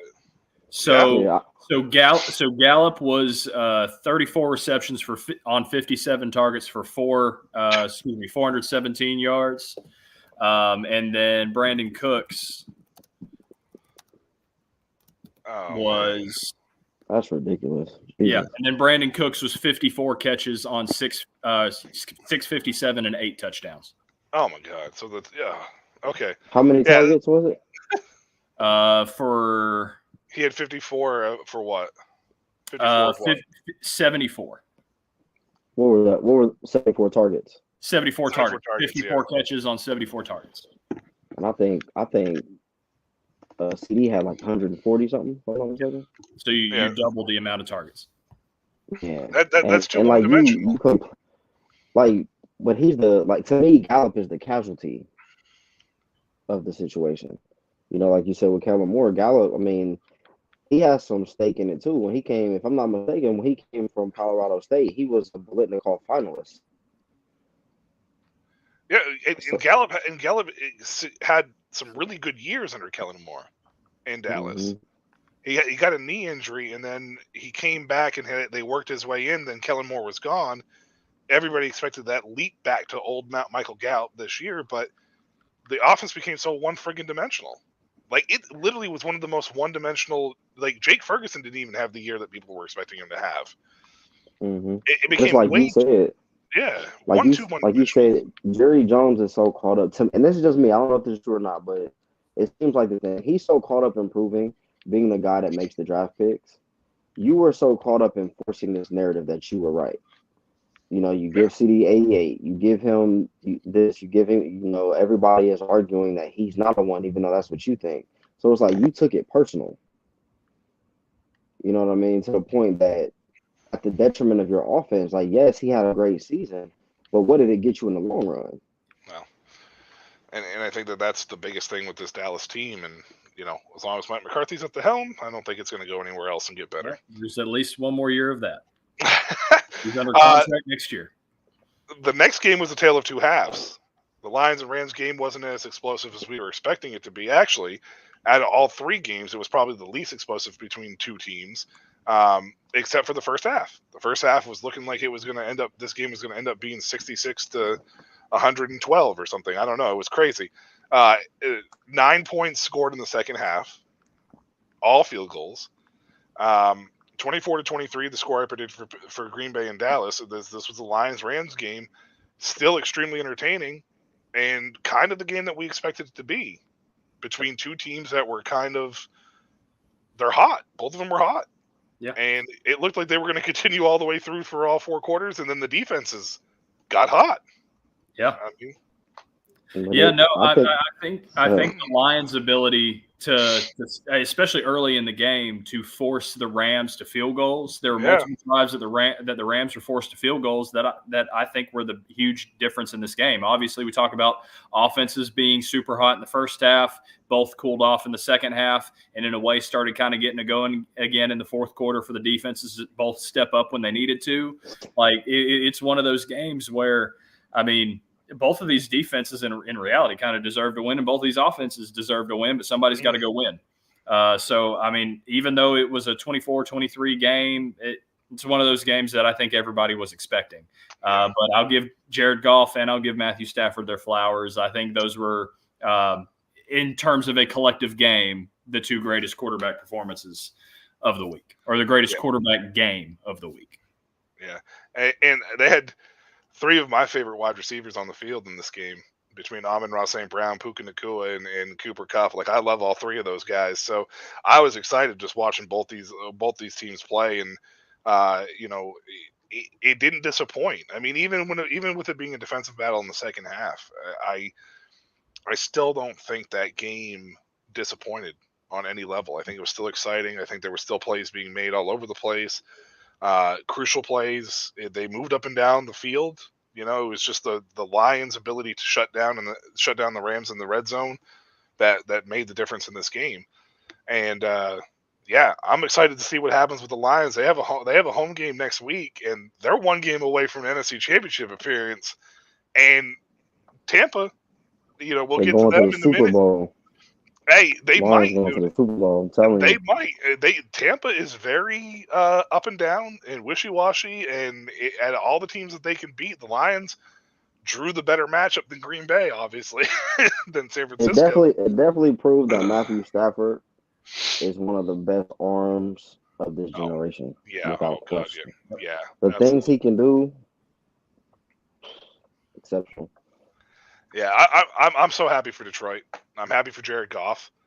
Yep. I'm happy for just the fact that those two teams were playing each other. I wish it was the NFC Championship game, because I think that would have been a lot more explosive but I mean, a lot at stake obviously for Detroit in this situation. We know since 1991 they hadn't won a playoff game, so that drought ends in that sense. So I don't need to spend too much time on this game. It was a fun, enjoyable game, and it was exactly what I was expecting it to be. And as a fan, I have no complaints. Yeah, and the only other thing I'll say here is, because we've talked about two specific teams already that let pressure get the most of them, having a guy like Dan Campbell, and having a guy that can manage situations like Goff, that's the recipe for success. So if you're Dallas or if you're Cleveland and you have all these expectations that are on you, look at that. That's how you handle that. Yep. Nope. I agree. AC, you have anything to add about this game? Which one? The Rams? Rams game, yeah. Nah, to me, it was the most entertaining. I really like that game. Yeah. I enjoy watching Puka play though. So, I mean, he's legit. Yeah, I like any receiver. I like those receivers that work the middle of the field. They run those intermediate, that 12 to 15, 12 to 18 range. Like, those are the guys that I really enjoy watching. Like, I mean, obviously there's a special, acceptance when it comes to guys like Calvin Johnson and Nuke and, your elite guys with Justin Jefferson, Jamar Chase, down the road or whatever type of situation. Like, they do something. I love that mid-range game, because I think there could be a lot of damage done there. And the offensive coordinators that attack that area, you take a look at them, they're all successful. Yep. Take a look at I those like teams. Detroit. Detroit is dangerous. They are. That run game, that offensive line. Yeah. I think if Green Bay actually does shock everyone, I think they have a chance though. I'm gonna put some money on Green Bay. It just depends if McCaffrey's still hurt, that's gonna be a problem with that calf strain. So if he's still hurt, it's gonna be a problem. You imagine Green Bay and Detroit in the NFC Championship game? Man, in Detroit, they're gonna blow that town up. The whole city is gonna blow up. Wow, I mean, close now, having two in a row. I mean, I would be honest with you. As a football fan, that's the game I hope to see. That's the game. San Francisco has a. They have a weird way of not showing up sometimes for no reason. Okay. They do that sometimes. They just won't show up. Yeah, they had. What happened last year? Some freak injury happens to Purdy again, game's over. Yeah, well, let's hope that doesn't happen. I hate seeing injuries like that. So, Bills Steelers. This game was a game of three quarters. It was close for a little bit. Steelers kind of came back, and then Buffalo kind of took the top off. I don't need to spend a lot of time on this game, because I think this game was kind of an outcome of what we expected. Mason Rudolph kind of played, and Josh Allen kind of dominated his thing. I don't have much more else to add to that. I expected Buffalo to win this game, and maybe a little closer there for in the third quarter or whatever, but or second quarter. But three out of 4 quarters you dominate. I'll take it. Yeah. Yeah, I mean, Josh Allen continues to be Josh Allen. I mean, 3 touchdowns in the air, 1 on the ground. I mean, physical runner, imposed his will on another team that obviously they're more prepared for the cold than a team like Miami, but Pittsburgh didn't seem like they were wanting to play physical football. And, I mean, Mason Rudolph, I think, played the best any other Pittsburgh quarterback could have. But no, it's just the team wasn't good enough to go into Buffalo and beat Buffalo. Yeah. Anything to add to this there, AC, for you in this game? No, I didn't even think it was going to be a game. and it really wasn't. I mean, the score got close at one point in time, but it never felt like that Buffalo was really in danger of any sort. So, and then another game that really wasn't a game either. The catastrophic collapse was completed.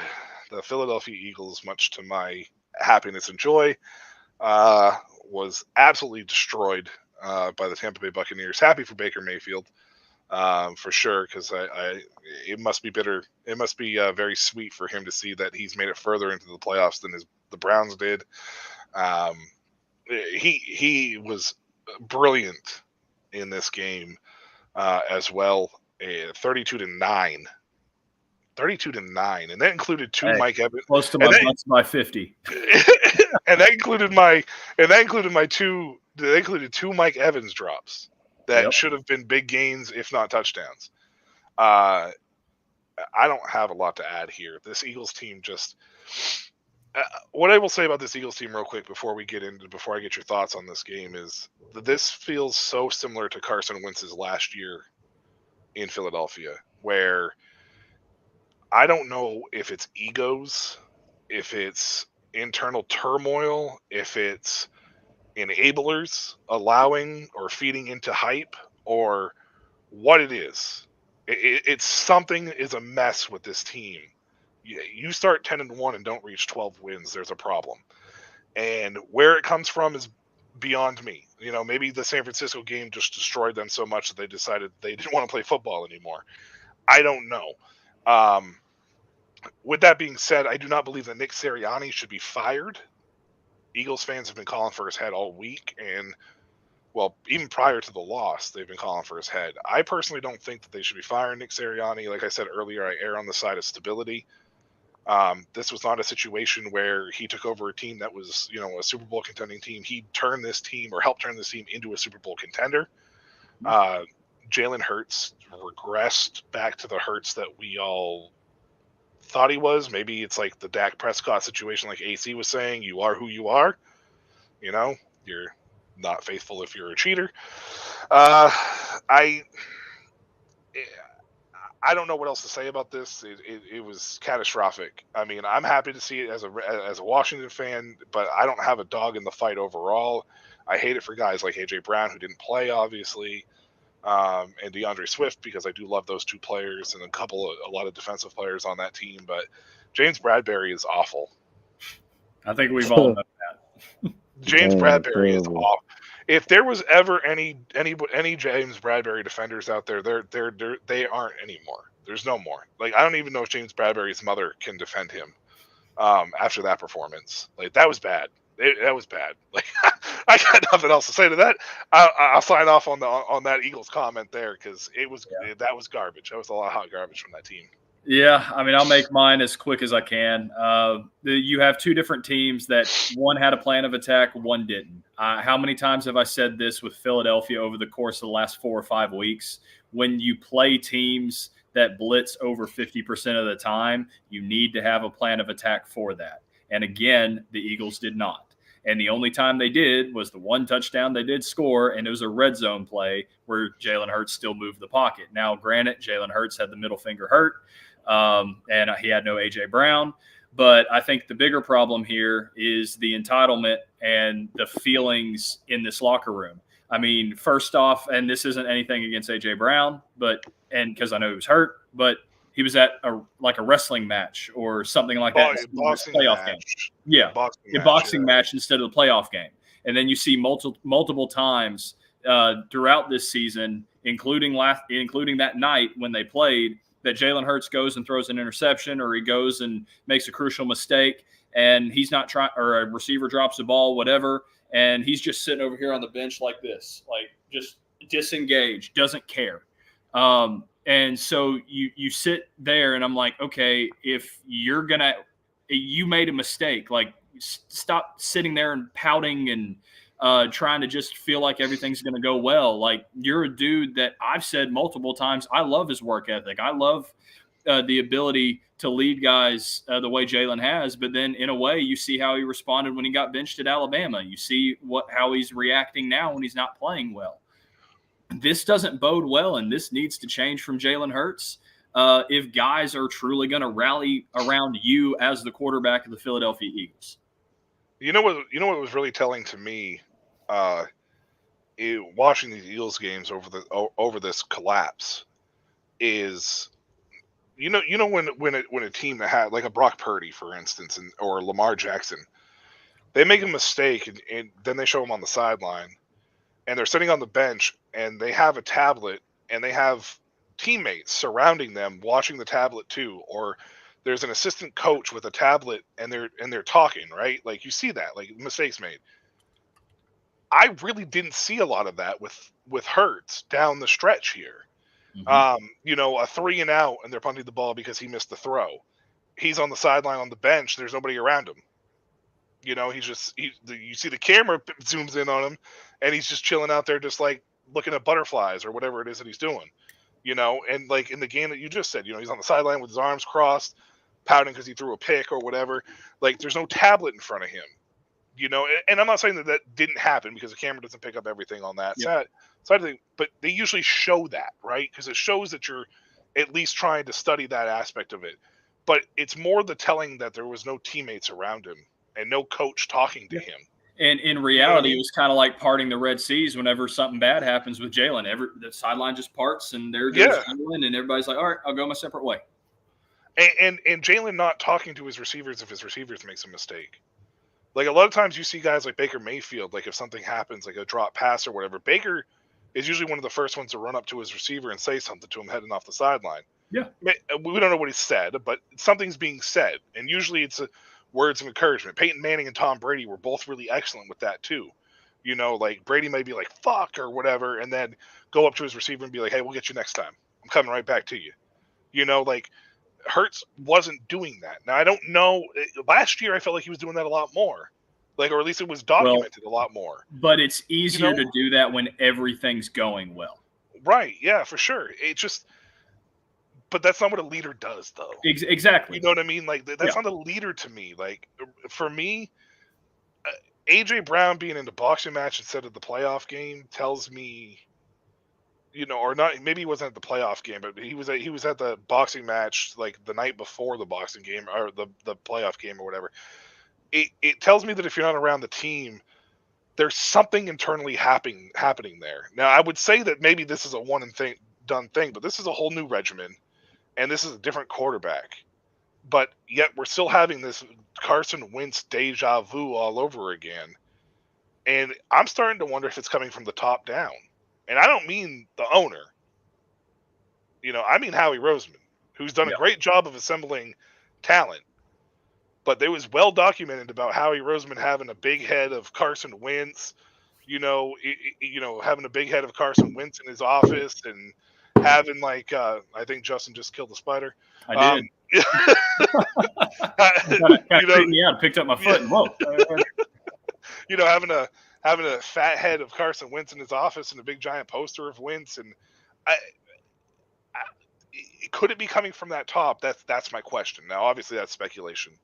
I'm not a fly on the wall or a spider in the room, so I'm not sure. I think Jalen Hurts is actually hurt too, and they've been like more than the hand industry. Like, even the way he was. The knee, like running out of bounds, you could see like him dragging that leg behind. You know what I mean? So I think he looks slow. I think they got a lot of internal issues. But I think one thing I am happy for is that Devontae did what he did because I think he's undervalued with them. Yeah. You know what I Yeah. mean? Like you got to use both of your guys. It's not just AJ, but Yeah, for sure. they got to a point where they got AJ centric. You know what I mean? And Devontae has a whole different skill set. But they got They need blue outs. Who cares? they need a good third. They need a good third receiver too. It is a big problem not having a third receiver there. For sure. Or a legit tight end. Well, I like Goddard. They don't utilize He's him like, right though. yeah, Yep. like he'll have a huge game and then a 2-reception game. Yep. No, for sure. Well, now that we've gone through that, we'll go into everybody's favorite segment, and then we'll come back and just do quick rapid fire rounds of picks for next week. But here's the segment that you've all been waiting for. There's a lot of things that take into account when you talk about being viewed as a top 5 quarterback. It's not a laundry list. This is a list that, it has to be taken very seriously. Well, it's wild card weekend and it's playoff season. So what quarterbacks rise to the occasion, what fall by the wayside? I will say this was a fairly good quarterback play week out of a lot of guys, so much so that I was thinking about doing a top 3, but I couldn't. I still had to go top 5, and I'm still leaving somebody out or 1 or 2 guys out. So let me start off with my honorable mentions. And I really hate putting it this way, but my guy missing out at number 5 is Baker Mayfield. Baker coming in at number 6. And then Patrick Mahomes is my second honorable mention, not making my top 5 this week. But let's move on to my top 5 quarterbacks for postseason wild card weekend. So number 5, Jared Goff. Jared Goff had a 121.8 QBR, 22 of 27 for 277 yards and a touchdown. What Jared Goff does, or at least what he did this week, didn't necessarily show in the stat sheet, but this dude is a leader. He's poised. He keeps everything on schedule. He soaks up pressure on the field and obviously in his heart and in his mind and all that other things too. He made great read after great read, and obviously this run game was able to take those into the end zone. So that's where it doesn't necessarily affect the stat sheet, but the run game paired off with the play action and the precision in Jared Goff. Jared Goff came in, showed balls, showed heart, and definitely led this Lions team to a huge win over the Rams in Matthew Stafford's return to Detroit. And just alone that pressure that he soaked up and played the way that he did in that jumps over Baker Mayfield for my top 5. But moving on to my number 4 guy, his opposer in that game, number 4, Matthew Stafford. Matthew Stafford had a 120.9 QBR, 25 of 36 for 367 yards and 2 touchdowns. Toughness and consistency, 2 words that can constantly be said about Matthew Stafford. Over the course of his entire career. I mean, I look back at early in his career when he played with the separated shoulder, when he was mic'd up, all that kind of stuff.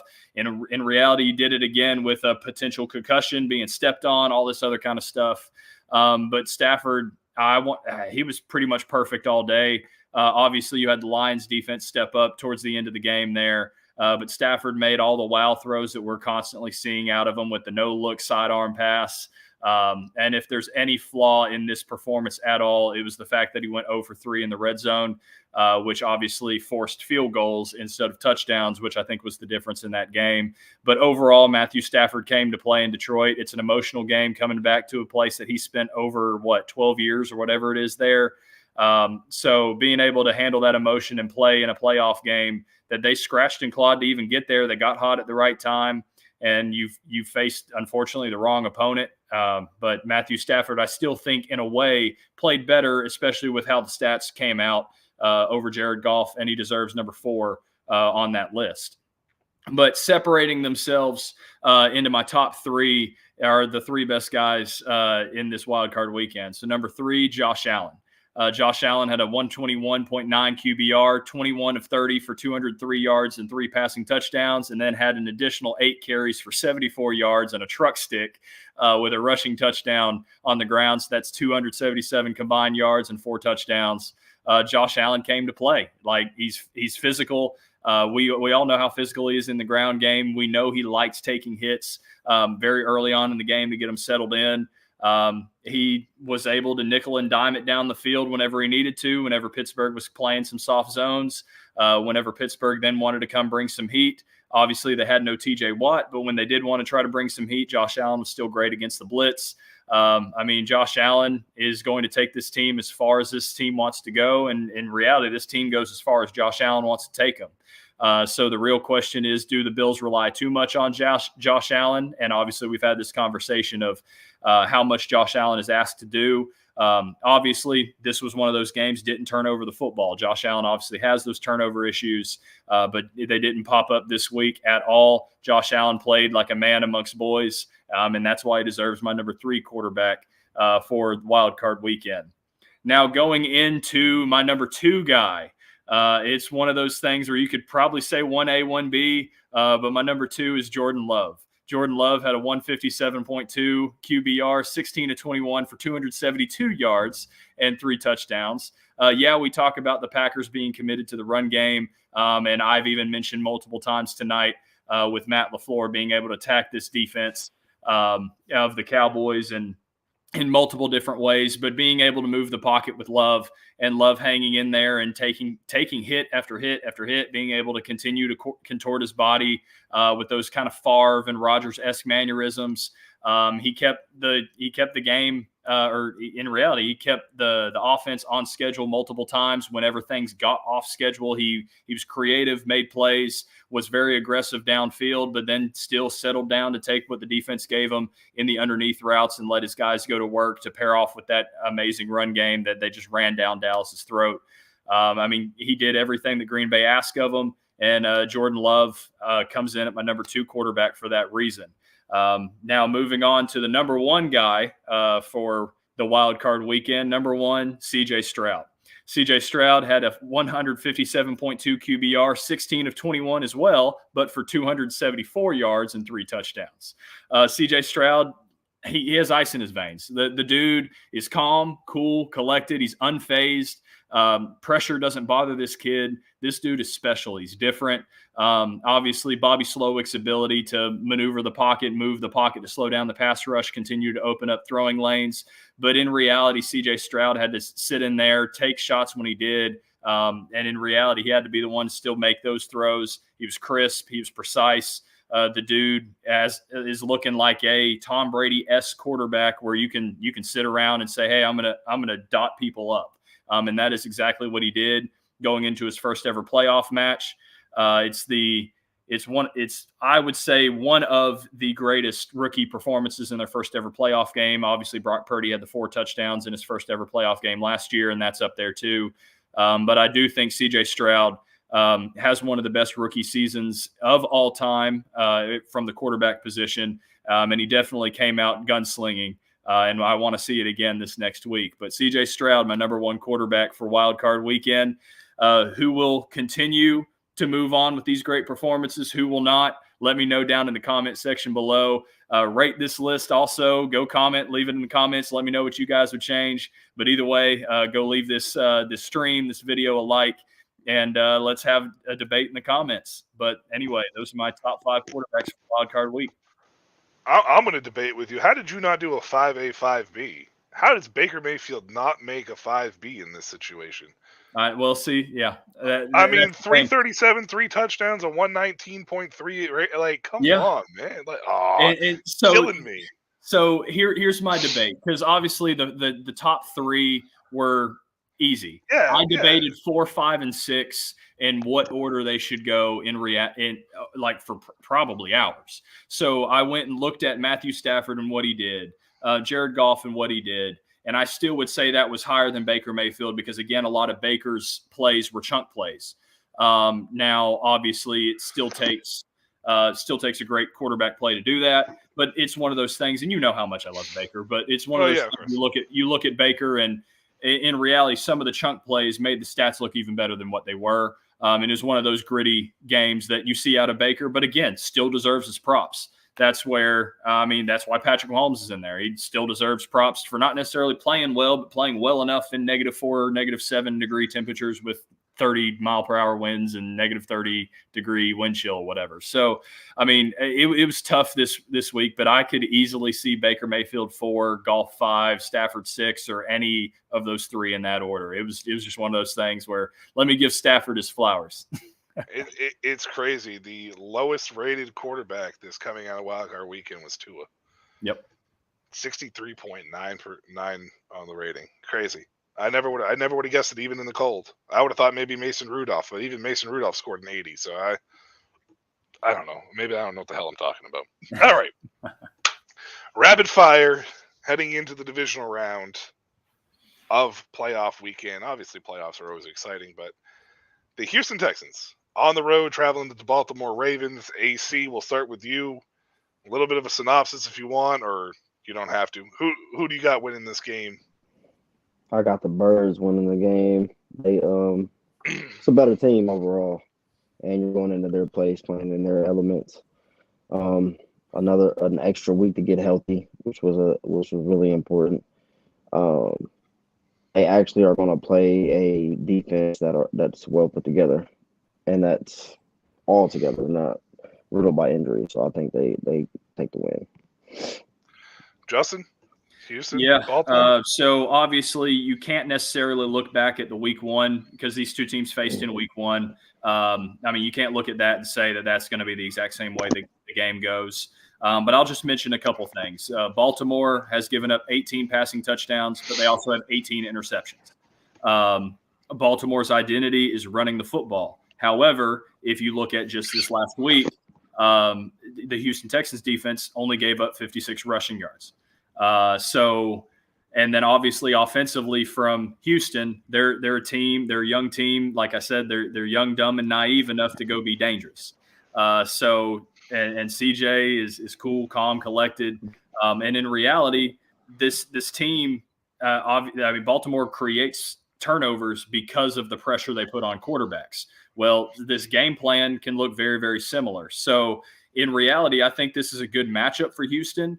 And then you even talk about rest versus rust for a team like the Ravens and Lamar Jackson, who, if we want to talk about you are who you are, there's pressure on the Ravens and Lamar in particular to prove that he's not always just your one and done, never show up in the playoff type dude and be your regular season quarterback. So I'm curious to see how he handles that. I think Lamar will handle it well. And I'll take the Ravens in a close one, 23-16.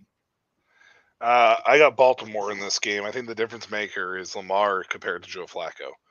I think Houston has a similar game plan because Baltimore is similarly built to Cleveland. I say similarly. There's obviously differences and whatnot, but I think Lamar is special in comparison to Flacco.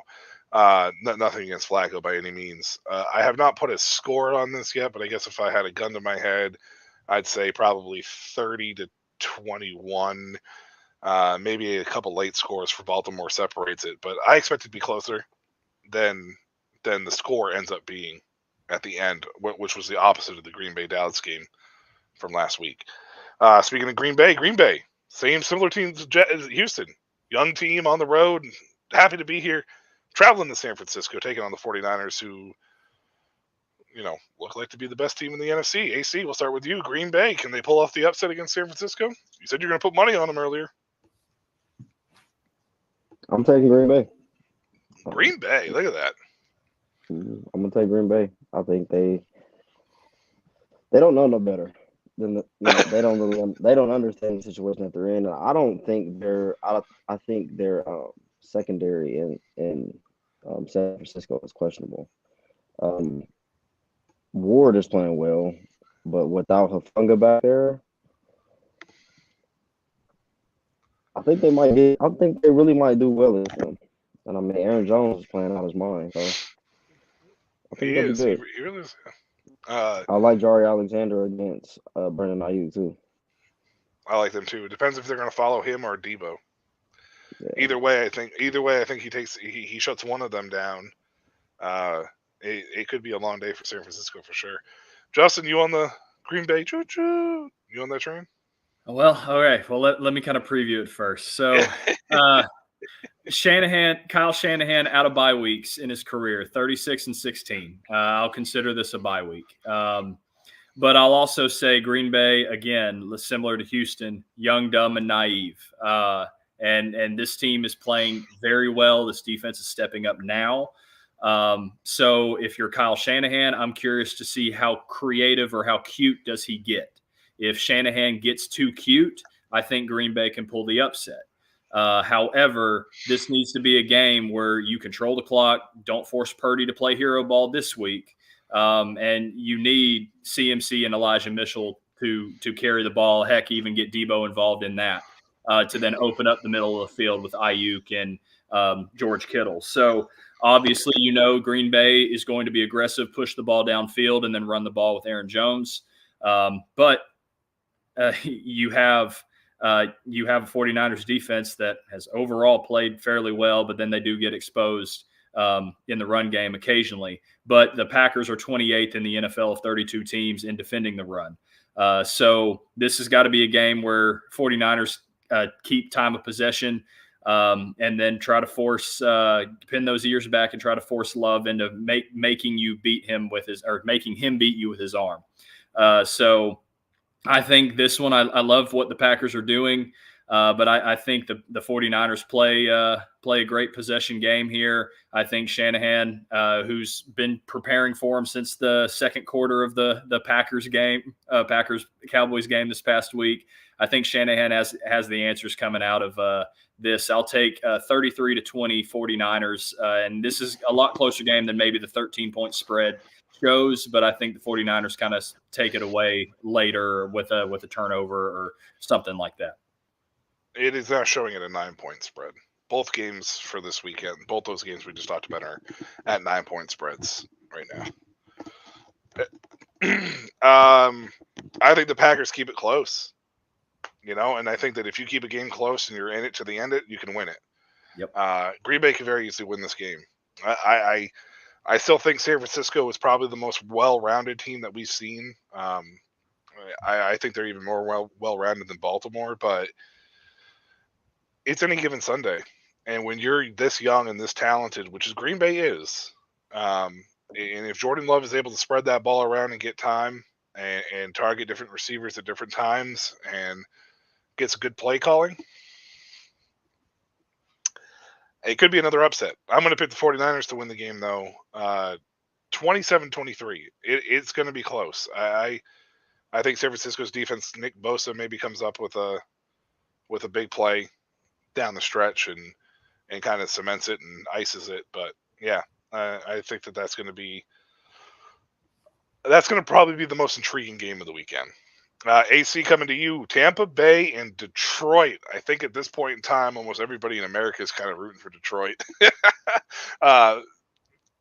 Tampa Bay dominated Philadelphia. Detroit had a tough nose, hard grit matchup against the Rams, which is a typical thing. Who you taking in this game?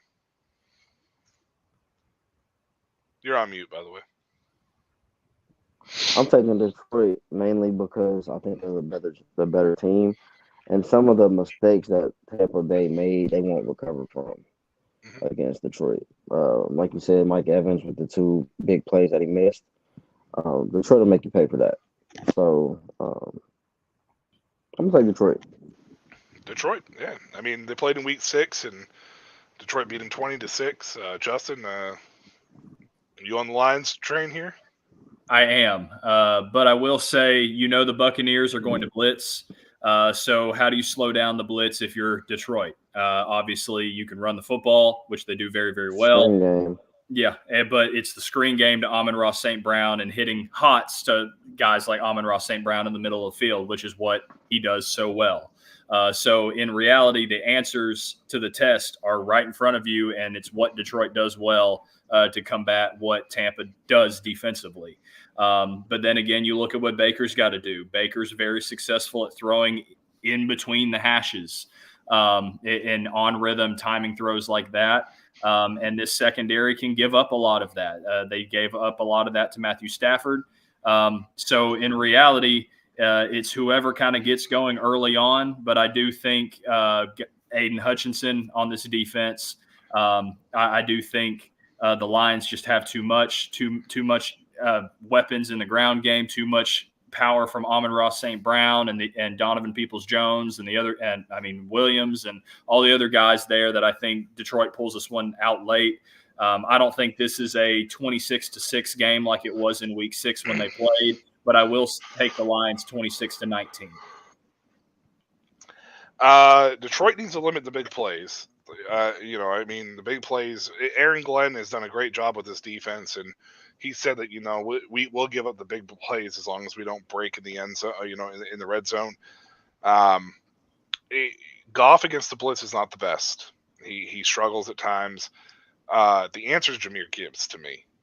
He's right there in front of your face. Those swing passes, the little out routes, the safety check downs, they are going to be huge in this game, and Goff needs to make sure he utilizes Gibbs in that format. Don't make it predictable, obviously. Split it up. Maybe they get Khalif Raymond back. I don't know how bad his injury was. I don't know if he's out for the postseason or not, but get Josh Reynolds going early like you did against the Rams. I think Detroit wins this game 28-17. It won't be a dominant 28-17. I think it will end up being like a 21-17 going into the fourth, and the Lions get like a turnover maybe that turns into a touchdown or a defensive touchdown of some sorts. But it could go either way, though. This game could easily go Tampa Bay's way as well. But I think Detroit's hyped up. I think Dan Campbell's going to have his team grounded, and I think that's going to be a little bit tougher than what Tampa Bay's used to. And I don't know if Tampa Bay can handle the physicality of what Detroit can bring, especially on defense. Chiefs, Bills. It's a big one. It might be the biggest one of the weekend, honestly. AC. First road game for Patrick Mahomes. I'm the way Josh Allen just played, I'm taking the Bills. And I think this is the worst the Chiefs have been in a while. From top to bottom. So I'm gonna take the Bills. Justin? There's two keys to this game. Is Josh Allen going to out-physical the physical Kansas City defense? Or is Steve Spagnuolo going to continue to be the only successful defensive coordinator in blitzing Josh Allen? I think that's the key to this game. And so obviously the answers for that is get James Cook and Josh Allen involved in the physical run game and try to tire Kansas City out and make them not want to play physical on defense anymore. I think this game has a chance of going one of two ways. You look at it as the old-timey shootout, which I don't think the Kansas City Chiefs have enough to compete in that, or you're looking at a defensive struggle on both sides. But either way, I feel like whatever quarterback has this ball, I feel like it's still going to come down to a final drive like it always does with these two, and whoever has the ball is going to win the game. For me, this shouldn't be a toss-up game like it is, but I think this is more of a toss-up game than what people are saying. And I think I trust Steve Spagnuolo and what this defense is doing and being able to be the only guy to successfully blitz Josh Allen, who's so good against the blitz. I'll take the upset Kansas City 24-23. I think that this is the year for Buffalo against Kansas City. If they don't do it now, they're never going to do it. Yep. And I also think that they're going to try to make Patrick Mahomes beat them. As weird as that sounds to do, it's less about Patrick Mahomes and more about those wide receivers. Yeah. They suck. They're awful. I'm sorry. And again, they're in the NFL, so they don't like suck in the terms of like, oh my God, they're terrible or anything, but they're not good. They're not good. They get Sky Moore back possibly, which should be a little helpful, but Sky Moore doesn't make a huge impact. So it's not like you got to change your game plan. I think that they're going to utilize their nickel on Travis Kelce and be like, you can be big and physical with us, but can you get separation to catch these passes? This is not the same Kansas City Chiefs team. Defense is physical. It's a very defensive-minded team now. There's not a hotter team in the league than Buffalo right now, and I still think they're getting hotter. And that's scary for Baltimore or Houston, whoever wins that game. in my opinion, heading to the AFC Championship game. I'm taking the Bills in this game. I think they finally do it. It's similar to the Peyton Manning getting over the hump against New England in the playoffs. I think that this is going to be it for Buffalo. It doesn't mean that Kansas City won't come back next year and kick their ass in the postseason, but at this point in time, I think I'm going to go Buffalo 31. I think they hit that 31 mark, in Kansas City 24. I think that's going to be 31-24, 7-point game. So there you have it. There's our predictions. 2 hours later, we're done. 2 hours later, we're done. Anybody have anything else they want to add real quick, or just go ahead and let's sign off? And good. No, we're all good. We're all good. All right. All right, Justin, if you want to exit out of here and let us know. Yeah, so, hey, 2 hours of talking football, wild card football, and previewing the divisional round. I think that deserves a like, so go smash that like button. Go smash the subscribe button. We're continuing to build. What are we now? 1,100 subscribers, something like that. So continue to come on back to this network for all the great things that Shady Sports Network does, all the different grand shows that we got over here. But if you like it, want to see more of it, hit the like button, subscribe, hit the bell notification so you all know whenever we upload these. Typically, like I said, Goal Line Stand are Tuesday nights at 8:15, barring some other circumstances. So definitely catch us next week at 8:15 Eastern on Tuesday to cover all these divisional round matchups, hopefully a lot better than Wild Card Weekend. Here are my top quarterbacks. I'm definitely doing a top 3 next week because there's not as many quarterbacks to do a top 5. So it's going to be a top 3. And obviously for me, AC, Michael, Krish, anybody else that's ever been on the show, appreciate you guys for watching. We all appreciate it. And with that being said, Goal Line Stand out.